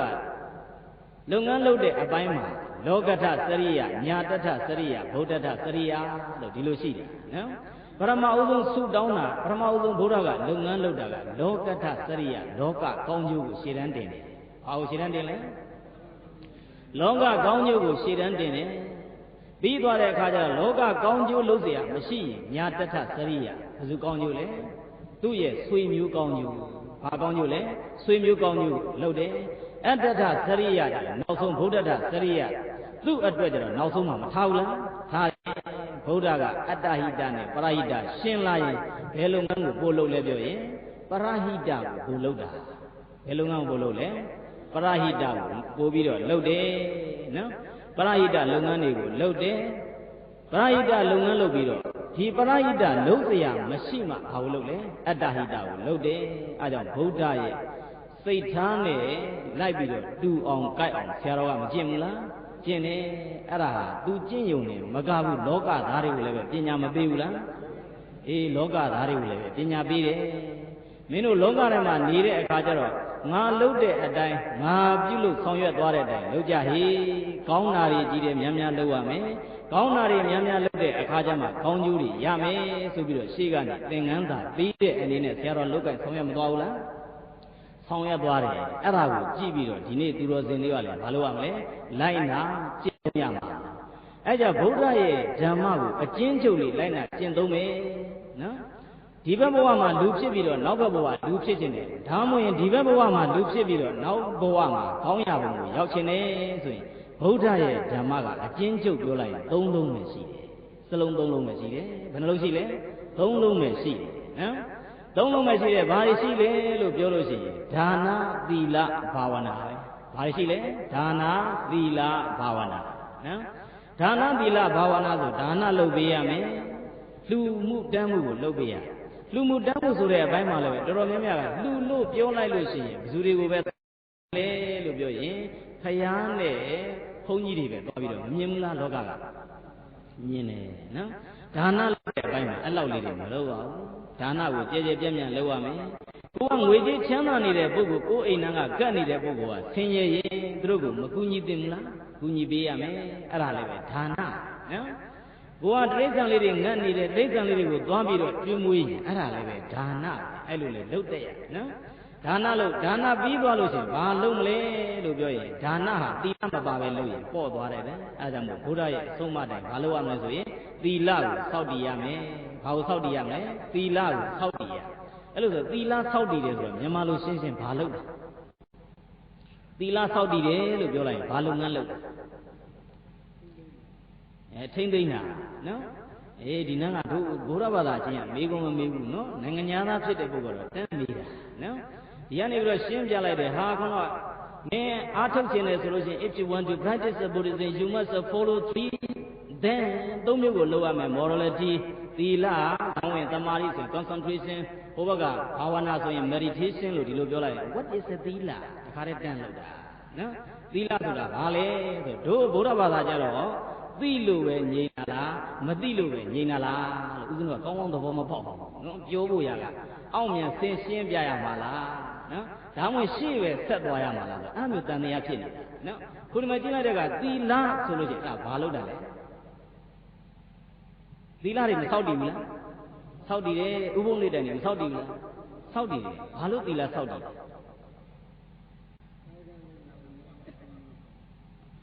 အဲ့ဒါရှင်းရှင်းလင်းလင်းသိဖို့ရည်ကြည်တယ်ဟုတ်လားနော်သီလစောင့်တည်တယ်စောင့်တည်တယ်ဆိုတာတို့ကံက၃မျိုးရှိတယ်ကာယကံကိုယ်နဲ့လုပ်တဲ့အလုံးဝစီကံနှုတ်နဲ့လုပ်တဲ့အလုံးမနောကံစိတ်နဲ့ကြံတဲ့အဲ့ဒီတွေကကာယကံနဲ့ဝစီကံကိုထိန်းတဲ့အလုပ်ဒီသီလစောင့်တည်တာဘာနဲ့ပါကိုထိန်းတာလဲကာယကံနဲ့ဟိုရှင်းရှင်းလင်းလင်းလို့ကာယကံနဲ့ဝစီကံဘာကံနဲ့ဘာကံလဲကာယကံနဲ့ဝစီကံကိုထိန်းချုပ်တာဒီအဲ့ဒါဘာလို့တာလဲသီလစောင့်တည်တာနော်အဲ့ကြတော့နောက်ကကာယကံဝစီကံမနောကံဆိုကံက၃မျိုးဆိုဘာကံကျန်နေခဲ့မနောကံကျန်နေခဲ့အဲ့ကြတော့ကဲ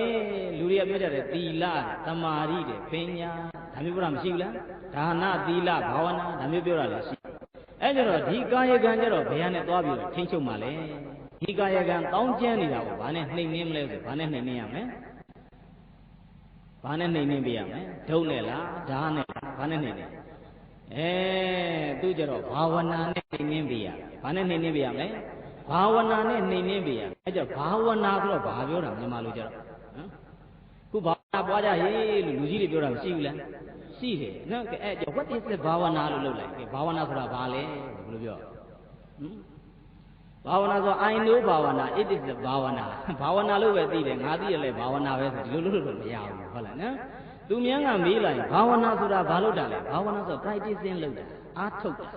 နော်ဘာလို့တာလဲအားထုတ်တာအဲ့ကြတော့ဘာဝနာဘယ်နှမျိုးရှိလဲလို့တစ်ဆင့်ပြန်ပြီးတော့မေးလိုက်ဘာဝနာက2မျိုးရှိတယ်သမထ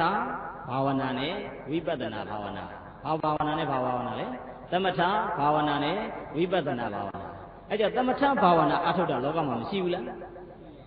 ဘလို့အားထုတ်တော့သမထဘာဝနာအားထုတ်တယ်သမထဘာဝနာအားထုတ်တယ်ဆိုခုဒကာကြီးတွေပြောတာမရှိဘူးလားဒကမာကြီးတွေပြောတာလည်းရှိတယ်တပည့်တော်တို့ကခုဘာဝနာတွေလိုက်နာကျင့်ကြံနေတာပါဗျာဆိုဒကာတယောက်လို့တော့တရားအားမထုတ်နဲ့နော်ဦးဇင်းတို့ဒကာတယောက်တရားအားထုတ်ပြီးတော့ပြန်လာတဲ့အခါဘုန်းကြီးဝင်းမချတော့နော်ဒကာကတရားအားထုတ်တဲ့တရားအားထုတ်လို့ပြန်လာတဲ့အခါကျမှဘုန်းကြီးဝင်းမချတော့ဘူးတဲ့ပြည့်တဲ့ဘာဖြစ်တယ်တရားသွားပြီးတော့အားထုတ်လိုက်တာရှင်ဘုရားတပည့်တော်ကတရားကတလလုံးအားထုတ်ထားတာဆိုတဲ့အခါကျတပည့်တော်ကသုလသောတာပန်အစဉ်ရောက်နေပြီဘုရားအရှင်ဘုရားကပုထုဇဉ်ယဟန်ဆိုတော့တပည့်တော်ကဝှက်ချလိုက်ရင်ရှင်ဘုရားငရဲတွေကြီးကုန်တော့မှာတဲ့အဲ့ဒါကြောင့်ဒကာကဘာလို့တော့ဆိုရင်ဘုန်းကြီးကိုဝှက်မချတော့နော်အဲ့ကြတော့ဒီနားမှာဘာသာရေးရဲ့အနှစ်သာရသိမသိဆိုတော့ဒုဗုဒ္ဓဘာသာတွေအများကြီးစဉ်းစားကြတယ်သောတာပန်တို့လူသားဖြစ်တဲ့ပုဂ္ဂိုလ်ကအရိယာပုဂ္ဂိုလ်ဖြစ်နေပြီစေဒီနေ့ဝိတ္တဲ့ကိုရင်လေးရသာဝိချရနော်ဘာလို့ရမလဲဝိချပေးရုံးကကျတော့တရားအားထုတ်လိုက်တဲ့အခါကျမှရိုင်းသွားတာကြီးအဲ့ဒါမူရင်းကရိုင်းတဲ့ပုဂ္ဂိုလ်မှုရိုင်းသွားတာတရားသည်ရိုင်းသွားစေတဲ့အရာလားယဉ်သွားစေတဲ့အရာလားယဉ်သွားစေတဲ့အရာပဲတရားအားထုတ်မှလူကတောင်းကျမ်းလာတဲ့ဟဲ့ဆိုရင်အဲ့ဒါတရားတော်မဟုတ်မတရားပဲဖြစ်ရနော်မတရားအားထုတ်တာဖြစ်တဲ့အတွက်ကြောင့်အဲ့ဒါမျိုးဖြစ်သွားတာအဲ့ကြတရားအားထုတ်တယ်ဆိုတရားဟာ2မျိုးရှိတယ်သမထအားထုတ်တာနဲ့ဝိပဿနာအားထုတ်တာတဲ့ဘာနဲ့ပါရှိလဲသမထနဲ့ဝိပဿနာအဲ့ကြသမထဘာဝနာအားထုတ်တယ်ဆိုဘယ်လိုလုပ်တော့သမထဘာဝနာသမထလုပ်တယ်ဆိုတဲ့အခါကျသမေတိတိသမထောပဲနော်သမေတိတိသမထောငြိမ်းအေးစေတတ်တဲ့အတွက်ကြောင့်သမထပါတယ်လေငြိမ်းအေးစေတတ်တာဘာကိုငြိမ်းအေးစေတတ်တာလဲပြောရင်လူရဲ့စိတ်တွေမငြိမ်းဘူးနော်လောဘကြောင့်တစ်မျိုးဟုတ်လားဒေါသကြောင့်တစ်မျိုးယုံမှန်းတန်တရားတွေကြောင့်တစ်မျိုးနောင်နာပူပန်မှုတွေကြောင့်တစ်မျိုးတန်တရားဖြစ်မှုတွေကြောင့်တစ်မျိုးဆိုပြီးတော့တို့ရဲ့စိတ်တန်တဲ့အကုန်လုံးဒီဘရောမှမငြိမ်းဘူးအိမ်မှာထိုင်နေတဲ့အခါပဲကြည့်ကြည့်ပေါ့အိမ်မှာထိုင်ဈေးဝယ်လာတဲ့အခါကျတော့ဈေးဝယ်တဲ့ဘက်ကိုအောင်မဆက်ရဘူးလားရောက်သွားလိုက်ပြန်ပြီတခါဟာရံဖြစ်တဲ့ကိုကပါတယ်ဟဲ့လို့ဆိုရင်ရံဖြစ်တာကငကိုတော့ကဈေးရောက်တော့ကတော့ဒါစိတ်ကတစ်မျိုးဖြစ်သွားတယ်ဈေးဟိုဘက်ကရံဖြစ်ပြီဆိုတဲ့ကစိတ်ကတစ်မျိုးပြောင်းမသွားဘူးလားငြိမ်းအေးရဲ့လားအဲ့ဒါသမထရှိတာလားမရှိတာလားမရှိတာဟုတ်လားနော်အဲ့လိုမျိုးဖြစ်နေတဲ့စိတ်တွေရောင်းရက်ခတ်နေတဲ့စိတ်တွေကိုစူးစီးလိုက်ပြီးတော့ငြိမ်အောင်လုပ်တဲ့စနစ်တွေသမထစနစ်ဘာစနစ်လဲသမထစနစ်အဲ့ကြရှင်များသမထလုပ်တာကဘယ်လိုပုံစံများလုပ်ရမှာလဲလို့ပြောရင်အထူးဖြင့်မဟုတ်ဘူးသမထလုပ်တယ်ဆိုလူတိုင်းအသက်မရှူဘူးလားရှူတယ်ဒါပေမဲ့ရှူတယ်လို့လူတိုင်းကသိရဲ့ဘာလို့မသိတာလဲပြောရင်သတိလွတ်နေလို့ကြည့်တယ်ဘာလို့တာလဲသတိလွတ်နေလို့သတိလွတ်နေတယ်ဟဲ့လို့ဆိုရင်အဲ့ဒီပုဂ္ဂိုလ်ဒီအသက်က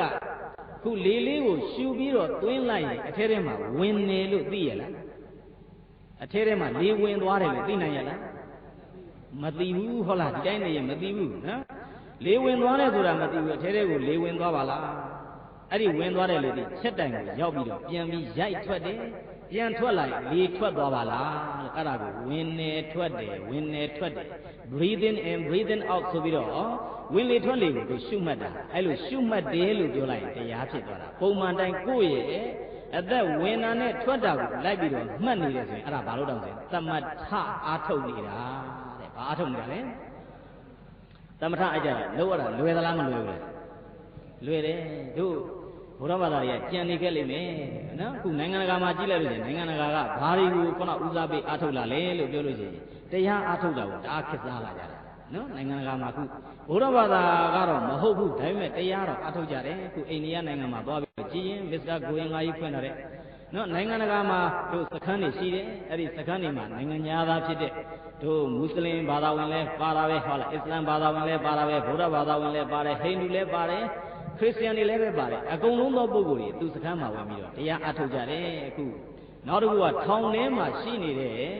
ထောင်သားတွေကိုလည်းပဲဗုဒ္ဓရဲ့ဒီတရားအထုတ်ဒီစနစ်ကိုလိုက်ပြီးတော့ဒါဦးဇင်းတို့မန္လိမတော်သင်ပေးရတာရှိတယ်နော်အဲ့ထောင်သားဖြစ်တဲ့ပုဂ္ဂိုလ်တွေလည်းပဲတရားထိုင်ခိုင်းတယ်အဲ့ကြတော့တရားထိုင်တာတွေကလောကမှာခင်မစားဘူးလားခေတ်စားလာပြီမထိုင်တဲ့ပုဂ္ဂိုလ်ကြံနေခဲ့မှာနော်ကြံနေခဲ့မှာအဲ့ကြရိတ်သားတွေဖွင့်နေဟဲ့လို့ဆိုရင်တရားထိုင်ဖို့မကောင်းဘူးလာ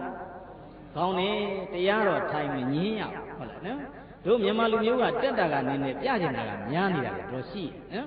တက်တာကနေနဲ့ပြကျင်တာတွေကများနေတယ်ခုတရားအထုတ်တယ်ဟဲ့လို့ဆိုလို့ချင်းဟာမင်းကဘာတရားများအထုတ်လို့ဟာတို့ကတော့မိုးကုတ်ဆရာတော်ဖရာရဲ့ဤစနစ်တိုင်းအထုတ်တာကနော်နောက်တစ်ယောက်သွားပြီးတော့မိလိုက်တယ်မင်းဘာအထုတ်လဲဆိုတို့ကတော့မဟာသီဆရာတော်ဖရာရဲ့စနစ်တိုင်းအထုတ်တာအေးနောက်တစ်ယောက်ကိုသွားပြီးတော့မေးလိုက်တဲ့ကတို့ကတော့ဆရာကြီးဥပခင်ရဲ့စနစ်လေဒီဆရာတော်ရဲ့စနစ်တိုင်းအားထုတ်တယ်နောက်တစ်ယောက်သွားပြီးတော့မေးလိုက်တဲ့အခါကျတော့ဟာတို့ကတော့ဖားအောက်စနစ်နဲ့အားထုတ်တာဟေးဆိုပြီးတော့တဝိုင်းလောက်သာဖွဲ့ပြီးရင်နဘေးကစောင့်နေရတာနော်စောင့်နေရတာဘာလို့စောင့်နေအောင်ဆိုထပြီးတို့ထိုးကြကြိတ်ကြဖြစ်ကုန်မှာဆိုလို့နော်ဟာမင်းဥစ္စာဟုတ်ဘူးငါဥစ္စာတော့ဟုတ်တယ်ငါတို့စနစ်ကမှမှန်တာမင်းတို့စနစ်ကအလကားပါကွာမင်းဒီတိုင်းကြီးနေတဲ့ဘယ်တရားရလိုက်လဲဆိုတရားကအာမထုတ်ပဲနဲ့ညင်းနေတဲ့ပုဂ္ဂိုလ်ကများတယ်နော်တရားအဲ့ကြောင့်ရနိုင်မှာမလားဘလို့မှမရဘူးသိချက်အောက်လာနော်တန်တရားမရှိနဲ့မရဘူးတရားဒီညင်းဖို့မဟုတ်တရားဒီအာထုတ်ဖို့ဟုတ်လားနော်စနစ်ကိုလိုက်ပြီးတော့ကြည့်လိုက်ရင်စနစ်တိုင်းဒီသူ့ရဲ့အခြေခံနဲ့သူမှန်တာမိုးစနစ်ဆိုလို့ရှိရင်လည်းပဲဘာနဲ့တွားထားလဲလို့ပြောရင်ဒီဘက်ကပဋိစ္စသမုပ္ပါသဝိုင်းနဲ့မတော်ဘူးလားသွားတယ်ဒီຢာတွေကိုဖြစ်တာပြက်တာတွေကိုရှင်းရှင်းမြင်အောင်ဒီဘက်ကမဟာစီစနစ်ဆိုရင်လည်းပဲမဟာတတိပဋ္ဌာနာသုတ်တော်နဲ့ဒါအညီသွားထားတယ်သူစနစ်လည်းပဲအကိုက်ပဲနော်နောက်ဒီဘက်ကဖောင်းဆရာတော်ရဲ့စနစ်ဆိုရင်လည်းပဲဝိသုဒ္ဓိမထကရာနဲ့ဒါအညီသွားထားတယ်အဲ့ကြတော့စနစ်ဒီဥပခင်ရဲ့စနစ်ဆိုရင်လည်းပဲဓာတ်ကမ္မထမ်းနဲ့အညီသွားထားတယ်အဲ့ကြဗျာတွေပဲလိုက်ပြီးတော့ကြည်လိုက်သူတို့တရားတွေဒီအမှန်နေဖြစ်မနေဘူးဖြစ်နေတာတော့အမှန်နေပဲဒါပေမဲ့ဘုရားဘာသာတော်တော်များများကနော်လူတွေမကောက်ဘုန်းကြီးလည်းညင်းတာနော်ဘုန်းကြီးလည်းပဲတရားအားထုတ်တာကနည်းနည်းညင်းနေတဲ့ပုဂ္ဂိုလ်ကများတယ်ဘာတရားမှရဖို့မလွယ်ပါဘူးနော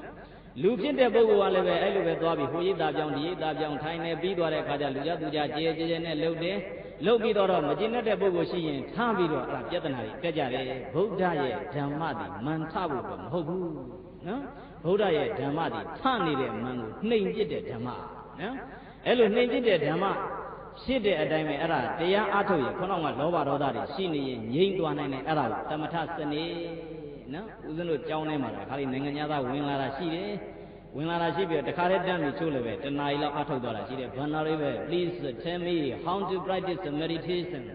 ရှင်မရတရားဘလို့အားထုတ်ရမလဲတပည့်တော်ပြောပြသမှာသွားမင်းအဲ့ဒါတမင်ခွေထိုင်ရမယ်မင်းရဲ့ခန္ဓာကိုယ်ဖြောင်းထားရမယ်လက်လေးနှစ်ဖက်ထိထားဝင်လေးနဲ့ထွက်လေးရှုဖောင်းတဲ့ပိန်နဲ့ရှုလို့ဒီလိုပြောလိုက်ရင်သူတနာရီလောက်ထိထိုင်သွားတာရှိတယ်ဟုတ်လားနော်မသိရင်လည်းမသိတဲ့အတိုင်းမေးရဘုန်းကြီးကသာဓုခေါ်လိုက်တာနဲ့ဟာဒီဘုန်းကြီးကနေပြီးတော့ဖြစ်ကြလေကုန်သတိလို့ပြောလိုက်တာနဲ့သာဓုလို့သူခေါ်တာမရှိဘူးလားဒီလောက်လေးသိရုံနဲ့ဘုရားဘာသာမဟုတ်သေးဘူးသာဓုလို့ခေါ်တယ်ဘူးလားသာဓုကခေါ်တတ်ဟုတ်လားနော်ဒါပေမဲ့ထဲထဲကဓမ္မကိုကြာကြာနာနာသိရမယ်အဲ့လိုသိမှဒုဗုဒ္ဓဘာသာကိုတန်မိုးရှိတာဦးဇင်းတို့ကတန်မိုးရှိတဲ့ဗုဒ္ဓဘာသာဖြစ်စေခြင်းနဲ့ဒါမှနှလုံးသားကလည်းခိုင်နာနှမို့ဆိုလို့ရှိရင်သူမြန်ဘာသာကလာပြီးတော့ပြောတယ်ဆိုရင်ဒီဘာသာပဲပါသွားတာရှိတယ်ကိုယ်ဘာသာကိုစွန့်လွတ်ပြီးတော့ပါသွားတာရှိတယ်တခြားဘာသာကလည်းကိုယ်ဘာသာပြောင်းလာတာရှိတယ်အမျိုးမျိုးတွေ့ရတယ်တကယ်တမ်းကတော့ဓမ္မဆိုတဲ့သဘောတရားဒီစစ်မှန်မှန်အရာပါပဲကိုယ်တိုင်အဲ့ဒီအစစ်အမှန်ကိုသိအောင်အားထုတ်ရမှာကိုယ်တိုင်လက်တွေ့ကျင့်မှလက်တွေ့မကျင့်သမျှအဲ့ပုဂ္ဂိုလ်ဒီဓမ္မကဘာစွန့်မှမပြဘူးနော်အဲ့ကြသမထအားထုတ်တယ်ဆိုတာအဲ့ဒါမျိုးခေါင်းနဲ့ပိန်နဲ့တို့ဝင်နဲ့ထွက်တယ်လို့ရှုရင်အဲ့ဒါသမထနောက်ဝိပဿနာအားထုတ်တယ်တဲ့ဝိပဿနာအားထုတ်တော့ဘာလို့တော့ဝိပဿနာအားထုတ်တယ်လို့ပြောတယ်ဝိပဿနာဆိုတော့စကားလုံးပဲကြည့်လိုက်ရင်ဝိနဲ့ပဿနာနှလုံးရှိတယ်ဘာနဲ့ပါရှိလဲဝိနဲ့ပဿနာပဿနာကမြင်တာမြင်အောင်ကြည့်တာဝိကအထူးထူးအပြားပြားအထူးထူးအပြားပြားမြင်အောင်ကြည့်တဲ့လုပ်ငန်းဒီဝိပဿနာရှုတဲ့လုပ်ငန်းပဲ ဘာလို့တဲ့လုပ်ငန်းလဲအထူးထူးအပြားပြားမြင်အောင်ကြည့်တဲ့လုပ်ငန်းဒီဝိပဿနာရှုတဲ့လုပ်ငန်းပဲဘာတွေကိုအထူးထူးအပြားပြားမြင်အောင်ကြည့်ရမှာလဲလူတစ်ယောက်မှာဖွဲ့စည်းထားတဲ့ခန္ဓာကိုယ်ကြီးခုနကယုတ်တရားနံတရားဒီယုတ်တရားနံတရားတို့ရဲ့သဘောတရားတွေအိဋ္ဌဒုက္ခအနတ္တဆိုပြီးတော့ဒီခန္ဓာကိုယ်မတည်မြဲမှုဟုတ်လားဆင်းရဲမှုဟုတ်လားအစိုးမရမှု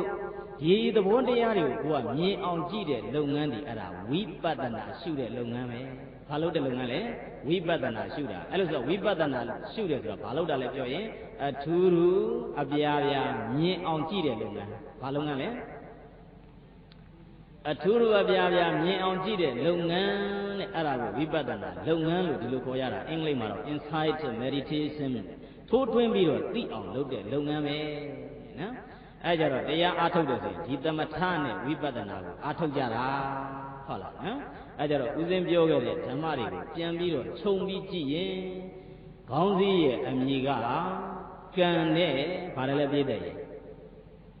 ခေါင်းစည်းပါမေးရင်တော့မပြန်ရတော့သိကြတယ်ဟုတ်လားနော်ကံနဲ့ခေါင်းစည်းဗါတယ်လဲကံနဲ့တမလွန်လောကဗါတယ်လဲကံနဲ့တမလွန်လောကဒါဆိုဣတရပြရမယ်သဘောရှိတယ်ဟုတ်လားကံနဲ့တမလွန်လောကနော်ကံနဲ့တမလွန်လောကဆိုလိုချင်တာကကံကံဆိုသည်မှာဘယ်သူမှလှုပ်ထားတဲ့အရာမဟုတ်ကိုလှုပ်ထားတဲ့အရာဘဝတစ်ခုဆက်ဆက်ပြီးတော့ဖြစ်နေခြင်းဒီအဲ့ဒီကံနဲ့လှုပ်ထားတာတွေကပံ့ပိုးနေသမျှဘဝတဏှာရှိနေသမျှတန်ត្រာမလဲဘူးလား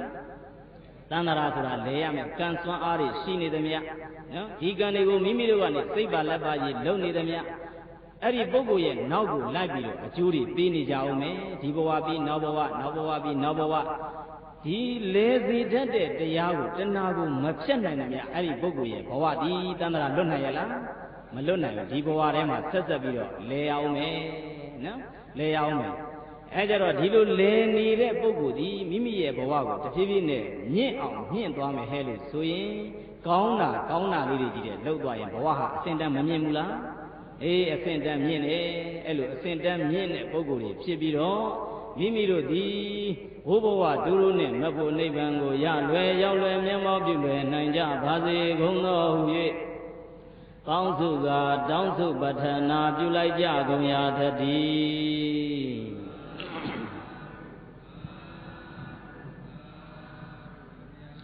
ကဲအားလုံးပဲလိုက်ဆိုလိုက်ဗုဒ္ဓသာသနာနေရောင်ဝါရှေးကြလင်းစေသော